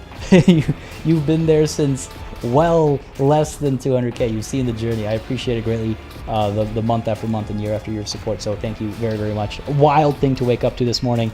I actually woke up with a text from my brother being like, "Oh my God, 200K!" that's how I found out. When I went to bed, we were very close, and I woke up and we'd hit 200K. So yeah, kind of wild, kind of wild. I'll rewatch it later. Yes, the VOD will be up right after the stream, so you'll definitely be able to watch it right after the stream is done if you missed it. And then again, like I said, tomorrow I will be back with more Distant Worlds 2 at the same time. But sorry, I got distracted there. My apologies. Let's go ahead and add ourselves a fuel tanker. Again, like I said before, you can go completely from scratch if you want to. We're going to auto-generate for the interest of just the pacing of the stream, and it'll build using all the latest technology you have available. It'll make a reasonable ship for that purpose. I do believe we might want to put more energy into this thing so it moves a bit faster.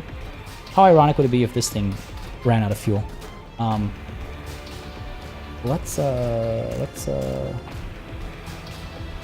hop into the space. Not that reactors use fuel, to be clear. Sorry, I realize I might have been very misleading in that statement. We don't have enough space to do that. All right, let's leave it as is. I could maybe put down another shield. No. That's the problem there. Need more crew. If we get more crew in here with another crew system, we'll probably end up... Oh, no, we're fine, actually. I thought we'd go over our size limit, but we're fine. Yeah, again, hyperdrive could be a bit faster. All right, let's try this. Get rid of the crew system. Get rid of the shield, one of them, and let's get the where is it? Reactor instead. We'll need crew, so let's get that crew system back in. Yeah, you know, if we can afford to go at max speed, we should, because at that scale, it is a pretty big difference, and we're seeing it with our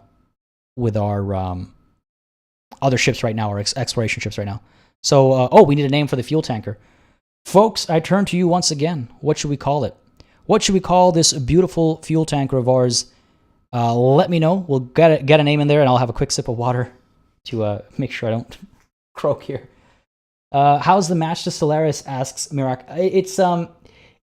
It's so I myself am guilty of using Stellaris as a point of comparison because it's one of the easiest ones to do, I guess. But it's so different, so different. It's very hard to compare. I would say if you're a fan of Stellaris, you'd probably be a fan of this as well.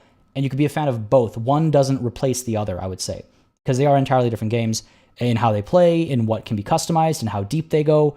Like the private economy of this game is just like ridiculously huge, and something that Stellaris just doesn't have, doesn't need to have either. But this game does have it, so the economy section is a lot more involved. So it's really a matter of like taste and preference. It's hard to compare the two, though.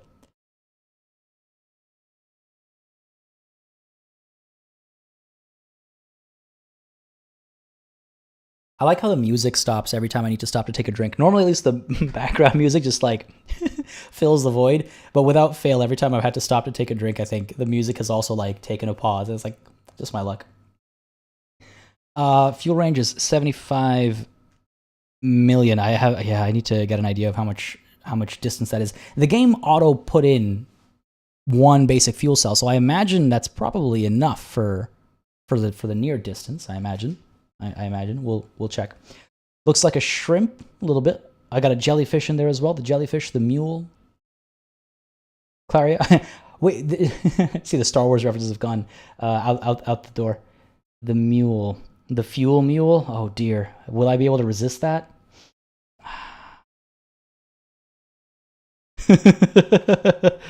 Straight to my heart. All right, we've got, what was the naming convention again? So we'll go with the jellyfish. Did I spell mule right? That's how you spell mule, right? Why am I blanking here? Yeah. The mule, jellyfish, the mule, the jellyfish mule. Try to figure out what works best. Mule 01. Yeah, sure. Why not? Right? Yeah, that works. I don't want to spend like an hour on names.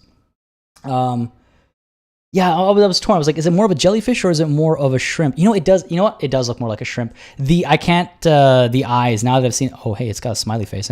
I guess it does look like a shrimp. Oh god. I should call it like the jelly shrimp. The shrimp mule 01. Yeah, I'm happy with that.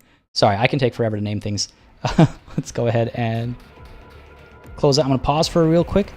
And can I? How would I check fuel ranges? Because I know what you can do is when you select a ship, it will give you circles to give you an idea of range and stuff.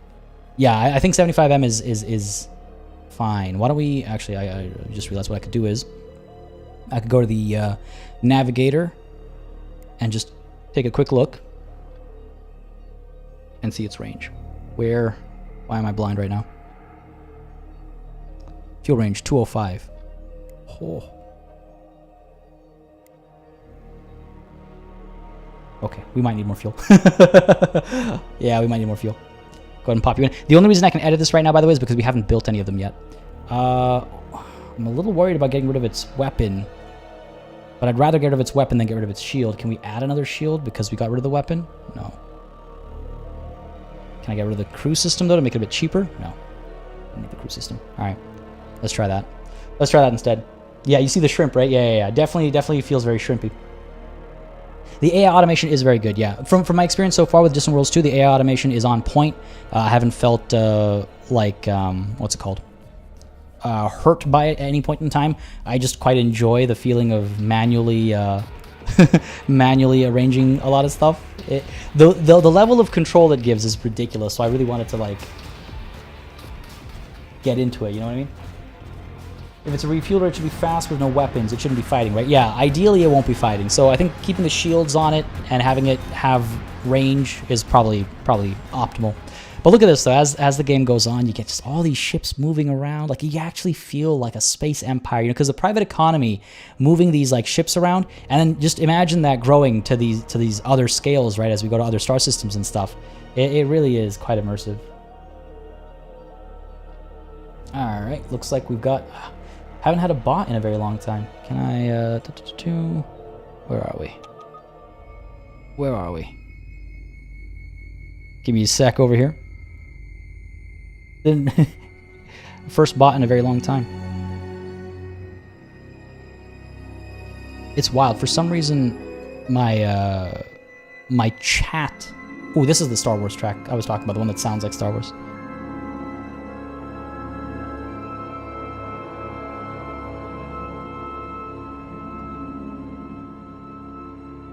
Right? Like, you hear it, right?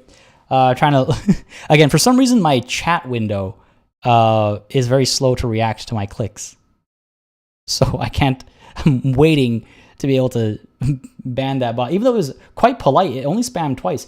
It spammed less than some people do who are actually watching. But I obviously want to time that out before we go on. My apologies, folks. I don't know why it's taking so long. There we go. Let me. Behind you. There we go. Oh, of course, Karaya gets to it right before I do. Seconds before I do. Thank you, Karaya. Yeah, you hit 200K now. You're bot worthy. Well, it's the first bot we've had in quite some time. So, you know, it's nice to see, I guess. More pirate raiders. Pirates are attempting to raid Yavin 4. Oh, excuse me. The murderous Rock Syndicate are intent on looting and pillaging. In the past, there were rumors of secret visits from star travelers, but recently these visitors from the stars have begun to appear openly. Some, like the murderous Rock Syndicate, are hostile, taking whatever they want by force. Others come in peace and trade. Ancient legends speak of a time when our own ancestors once traveled amongst the stars, but with the great forgetting, all this knowledge was lost. Many of our people say that now is the time for us to return to the stars. With the technology that we have acquired from some of our stellar visitors, it should be possible to once again become a space-faring civilization. Oh, that's weird, Karai. Well, the only option is to hide user from this channel, I believe is the option you have to take. All right, we got pirate raiders. Hold on. Our colony is under attack. Are you what? Where's my fleet? Oh, okay. They are here. They are defending. I see. Don't tell me they're going to successfully pull this off. We've got enough troops, I think, to defend ourselves, so we should be okay. I think we'll be fine.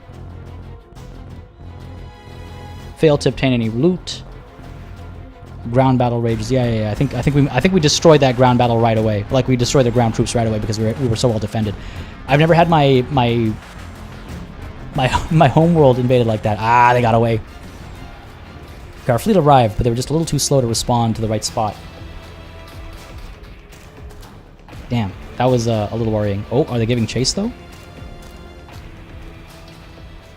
Going down over here. Where are you going?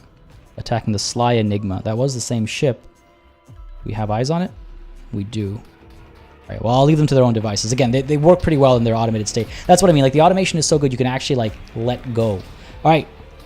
Our exploration ship has arrived over here. Because we hit the star, like told it to explore the star, it'll automatically now explore all of the planets and moons in the system. So it's already good at getting around over here. It looks like we'll have another... It's a forest planet. I don't know how compatible that'll be for us, but we might be able to colonize this planet, which would be pretty cool. That'd be neat, because right now our target of our colony, when we complete the colonization module, is within our own star system. And that's cool too. Having colonies is just cool in general, but having being what's it called, interstellar is, you know, just dope. Yeah, we will. Yeah, troops for a new colony for sure. When we establish the colony at this planet, Yavin 5, we'll make sure to recruit troops and stuff because they will get harassed pretty quickly. I wonder if I should build a mining station here as well, because it does have quite a few resources that could be exploited at our other other colony too. Because obviously, you know, trade between colonies is not a bad bad thing either. Where's my construction ship? Not you, here. The Radiant Adventure. Oh no, we've got the Happy Remorse already building the mining station. Good, it's on it. How far away are we from the colonization module? 18 days. Oh, pretty soon actually. Good stuff, good stuff. I think things are looking pretty good. The economy, as you can see, we're still paying those tributes, but our cash flow is so much better now, right? So with all the movement of all these private goods and stuff, things are going pretty well. What's happening up over here? This gas giant doesn't seem to be getting much love, and it looks like we didn't actually explore this on Isirka either. I should probably come back and do that. Colonization technology discovered. With the development of basic colonization, we have acquired the technology necessary to colonize new worlds. We should identify hospitable planets that are good candidates for new colonies, and begin building colossal colony ships to send out to these new worlds. At this point, we have truly become a spacefaring civilization. As we move out into the galaxy, we will continue to grow and gain the upper hand over pirates and mercenaries. Now has come the age of expansion, where we must compete against other empires for dominance in the galaxy. I like the writing. Yeah, I might want some more frigates. I feel like our economy is able to sustain a second fleet, perhaps, for like interstellar defenses. Because now that we're starting to stick our nose into some of these other star systems, we're going to start attracting attention from more and more pirates from other systems as well. So we have the Toydaria. Okay, come on. Come on, man. We got Yavin. We got Toydarians, spelled differently, but you can see where my where my mispronounced. Even this read like Utapa to me at first, but it's different enough. What about you? Beta da Solun Minor. The fact that we have two Star Wars references so close to each other is making me very happy. So this guy's gonna explore. We've got just this one rocky ice moon to check out over here, I suppose. Well, let's leave him to his devices. And up over here, we're looking at a planet with two moons. Couple of individual planets, a sandy desert planet. I wonder what planet that could be. Yeah, okay, looking good, looking good, looking good. And then down over here as well, we have quite a bit to explore, right? Including potentially, like I was saying, a second colony. All right, cool. Pretty decent start, actually. Like, it's not as unlucky as I'd initially thought. Sustaining that colony, though, might be a bit challenging. Oh, no. This is, like, the rarest thing. Literally the second time this has happened in countless hours of playing. But, folks, unfortunately, it seems as though the game has crashed. Again, just as a reminder, this is an early build, so things like that are likely to happen. Don't mind it. It's literally, I've played this game for hours upon hours upon hours upon hours. And this is maybe the second time the game has crashed on me. So, my apologies. However, it does autosave, yes. Don't worry. Yeah. I should clarify. It does autosave. It does autosave. Why don't we, in fact, let me... Not sure if I have... Let me check something here real quick.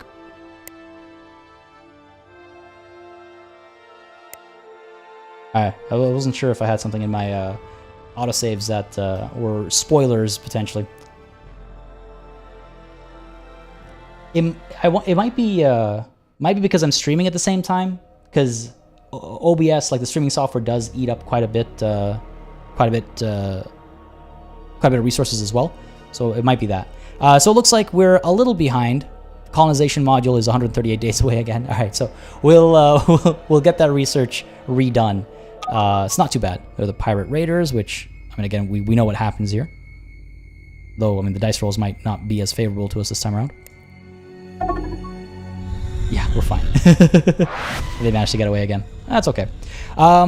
We have everything designed. I should probably build more fuel ships, right? I forget which category they fall under. Fuel tankers, there we go. The Yavin interlude is being made. Loading up on fuel. I wonder, yeah, I should probably build some more. I like the naming. I like the names we've got so far. They're solid. Let's build 2. And we should probably, yes, also build some more frigates as well before I forget. Because we will be... Well, we're going interstellar, right?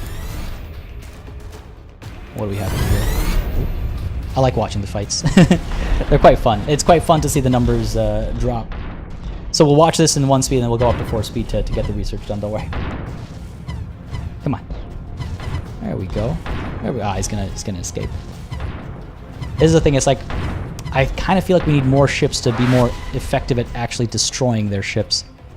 But we'll see. We'll add some of these new frigates to the to Fleet 1, I think, to the first fleet.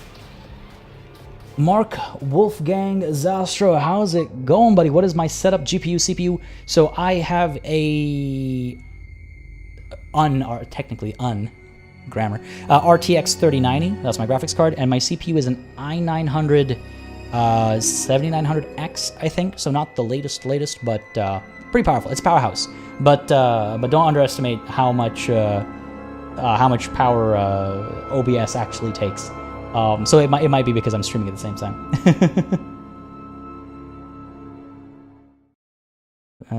Just taking a look at hyper denials. So hyperspeed denial, hyperspace denial, hyperdrive denial, let's call it, is a bit of a later tech. We have a few more steps to do with hyperspace tech first, and then you get to actually denying other people the access to that. Colonization technology discovered again. All right, cool. Let's go ahead and...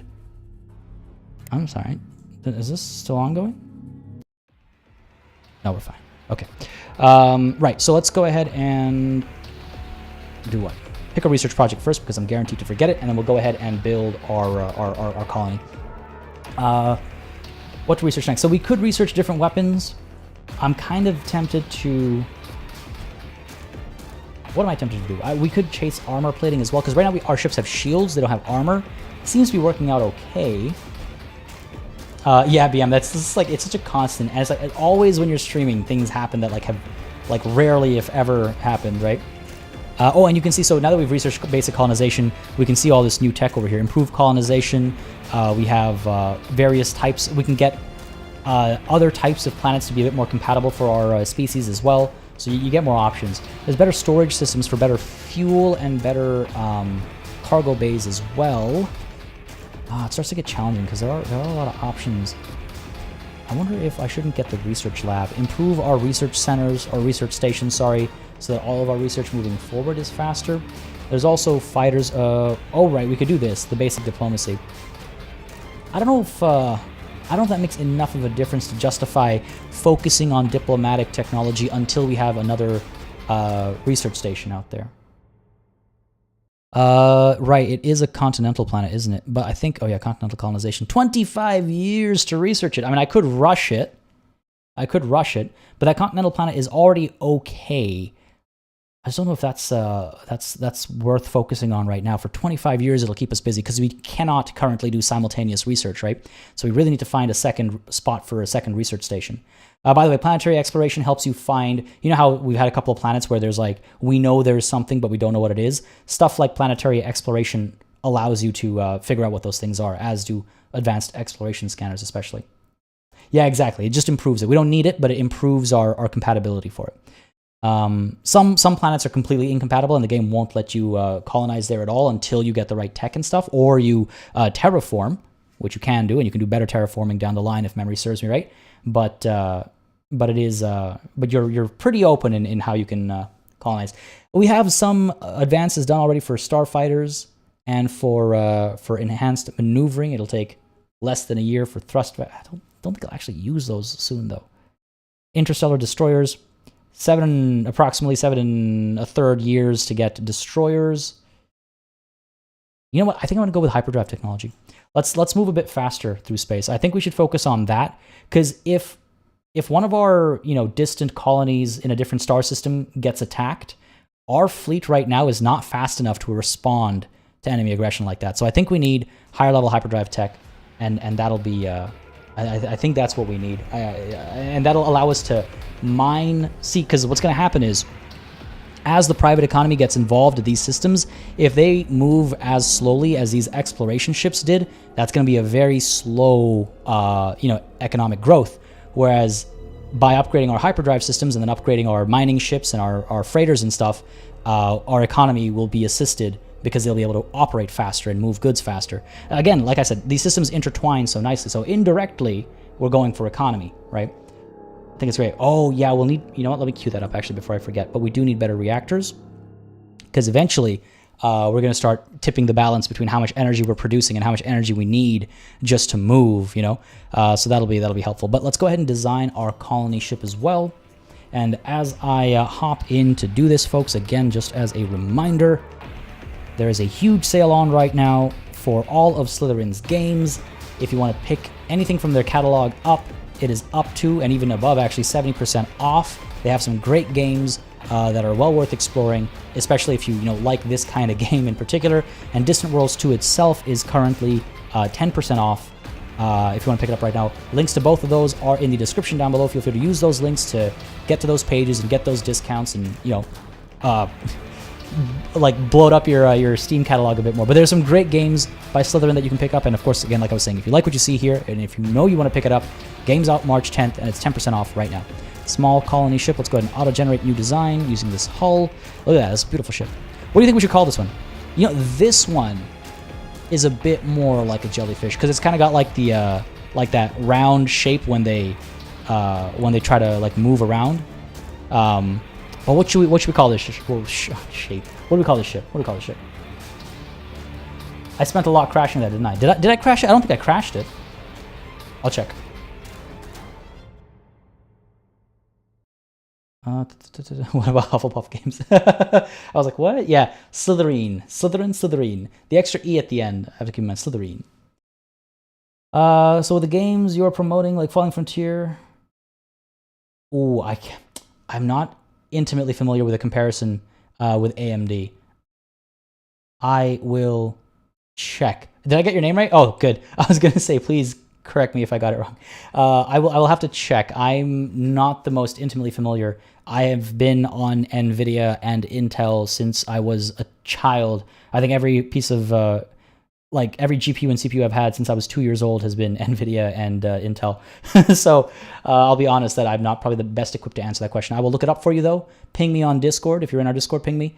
And remind me to check for you, and I'll compare those specs to my specs, and I should be able to give you an answer. Looks like an arrow piercing something. Oh, it kind of does, yeah. got that arrowhead look to it, and this kind of looks like what's it called, the fletching, yeah.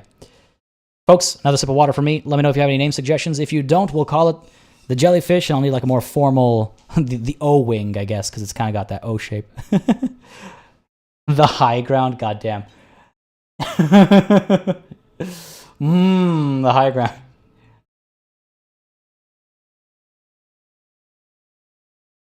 Oh man, running out of water. Cupid is interesting. Cupid is interesting. It's like it's an arrow, and it hits the planet, and then you get a lot of babies, because, you know, you're colonizing and population growth, right? Piercer, Cupid the cat eye. Yeah, that's correct. Exactly. It's an arrow that pierces the planet and colonizes it. I feel like Cupid is like right there.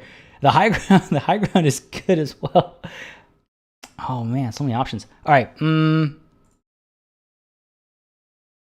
It's difficult. It's difficult picking names. I'm going to go with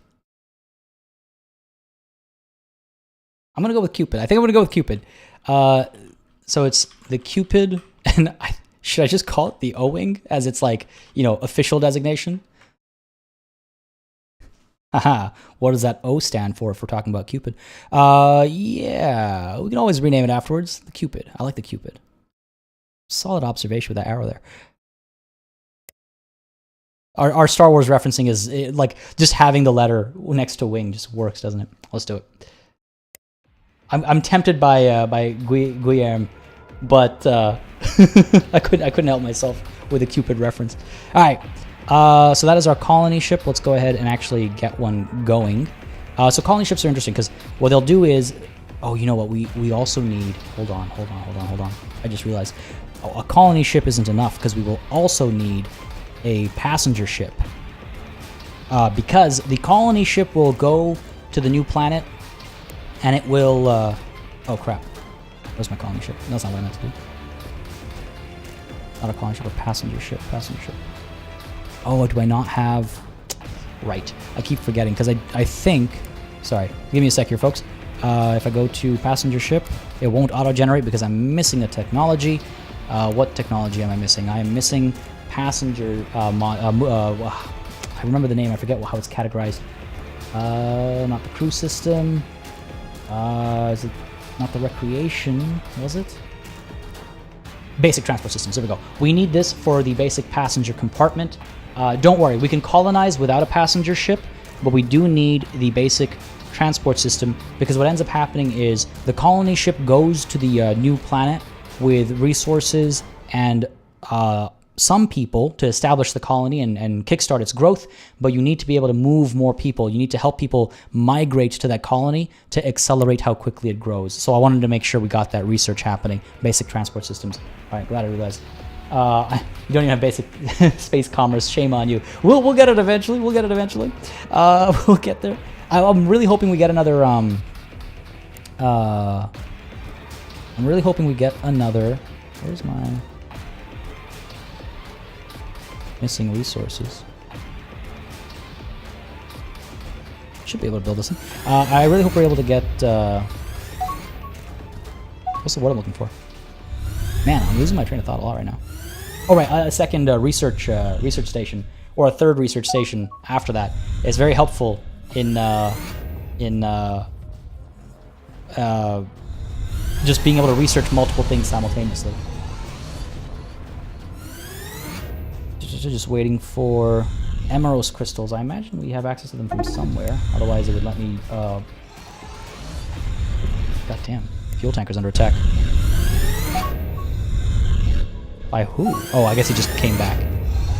Yeah, see, as we grow bigger and bigger, we're going to start having more and more issues. We're going to start seeing the true power of these pirates. Mark Wolfgang Zestro coming through with a super chat. Thank you very much, buddy. I butchered your name that time, didn't I? I apologize if I did. Thank you very much for the super chat. GPU is like a 3070 Ti, and the CPU is 12 core, and thanks for all the great content. Well, I'm glad you were able to find the comparison point. That should be, you should be fine with that. You should be more than okay with that. But thank you very much for the super chat, buddy, and for the kind words. Appreciate it greatly. Both kind words and super chats together really do help sustain the channel, keep it all alive and running smoothly, and keep me motivated as well. Honestly, the kind words do mean a lot. So thank you very much, bud. Thank you very much. Right. So having more research stations would be quite nice, because we would be able to research things simultaneously. But that'll happen when it happens. I was looking for Jesus. You can tell I've reached the end of my my mental capacity. I'm starting to like lose track of everything I need to do very quickly now. What am I looking for? Emeros crystal, not Necros. Emeros. Emeros crystals. Yeah, so we do have them somewhere. Where are we? Or do we not?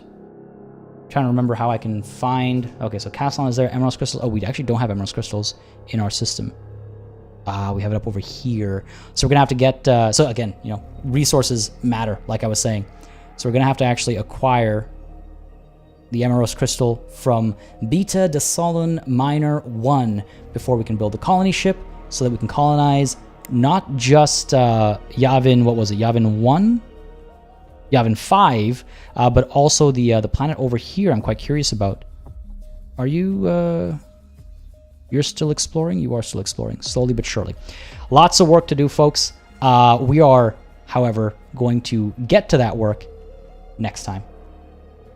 This is where we're going to call it a session, folks. Starting to lose my voice over here, as well as just like, as you can see, like it's a big game. There's a lot of moving parts, and it can get a little tiring running a stream at the same time as losing your voice, as trying to explain all the moving parts and pieces. Distant Worlds 2 is just so much fun. I've played a lot of this game during this early access phase, so I could learn the game and I could actually explain it while playing it today. And I've just enjoyed every moment of it. I've enjoyed the stream a lot. I hope you enjoyed the stream a lot today as well. If you did, please leave a like down below. Again, we'll be back with Distant Worlds 2 tomorrow, starting the stream at the same time. So that would be 3 hours before now, whatever your local time zone is. If you join the Discord or you follow me on Twitter, links to both of those are in the description down below. You can stay up to date with stream schedules. And again, it's a great way to also just let me know what you'd like to see on the channel. And I do make decisions based on your feedback and your thoughts and opinions. So I always keep an eye out for that stuff. Again, just as a reminder, folks, game's on sale right now. If you want to pick it up, it releases on the 10th of March. But right now, you can pick it up for 10% off if you follow the link in the description down below. And as I was saying countless times, Slytherin's entire catalog is on stream. Huge sales right now, all the way up to 70% off, plus in some cases. Link in the description down below so you can check out some great games. They've got some great other sci-fi strategy games in their catalog. They've got some great World War II strategy games in their catalog as well. Lots of tactics games too. Lots to explore. But again, of course, if you're here for Distant Worlds 2, you might be particularly interested in that discount, that pre-order discount. Thank you, Jazzy B, for dropping the links in there. So if you want to follow me on Twitter, if you want to join our Discord, links to both of those are in chat now as well. Again, like I was saying, just a great place to hang out with some fantastic folks playing all kinds of games. Particularly, of course, there's a lot of strategy gaming and stuff going on if you're looking for people to play with and things like that. But folks, hope you had a good time. I'm loving this. We'll continue this playthrough, I think, tomorrow. We'll explore some more of the... can't even call it mid-game. We'll explore some of the more late early game stuff, I guess, tomorrow, and we'll start colonizing planets once we acquire the missing resources. Oh man, just the fact that we got stopped from colonizing right away because of those missing resources is the cherry on top of everything I was talking about with regards to intertwining systems and how this game is engaging like that. Like just the need to get that resource and bring it back to our home colony just so we can build a colony ship, and we got to get more to build our second colony ship. I just love that whole aspect of it. Anyway, enough rambling and raving from me. Folks, have yourselves a beautiful rest of your Friday. Enjoy, whatever it is you might be getting up to. I hope to see all of you here tomorrow to continue our playthrough. And of course, no stream is done without saying thank you to all of y'all for joining in, for all of the super chatters today who've been supporting the stream, and of course, a massive thanks to all of the channel members and patrons who've been supporting the channel month after month, year after year. Again, none of this would be possible if it weren't for your support. You really help just, again, keep the channel, as I like to say, alive and running smoothly. And of course, a massive thanks to each and every one of you for watching as well. Whether you're watching live or you're watching the VOD, again, if it wasn't for every single one of you, none of this would be happening. So thank you so very much. Thank you for joining in. Always happy to share exciting games. And yes, we will. I think we'll definitely continue. I think if we start over, I think we should continue because there's so much more to talk about. There's so much more to explore, and I'd hate to not showcase it because it's all cool and good stuff. So I think we will continue this playthrough tomorrow again at noon Eastern time, folks. I will catch you then, and until then, cheers.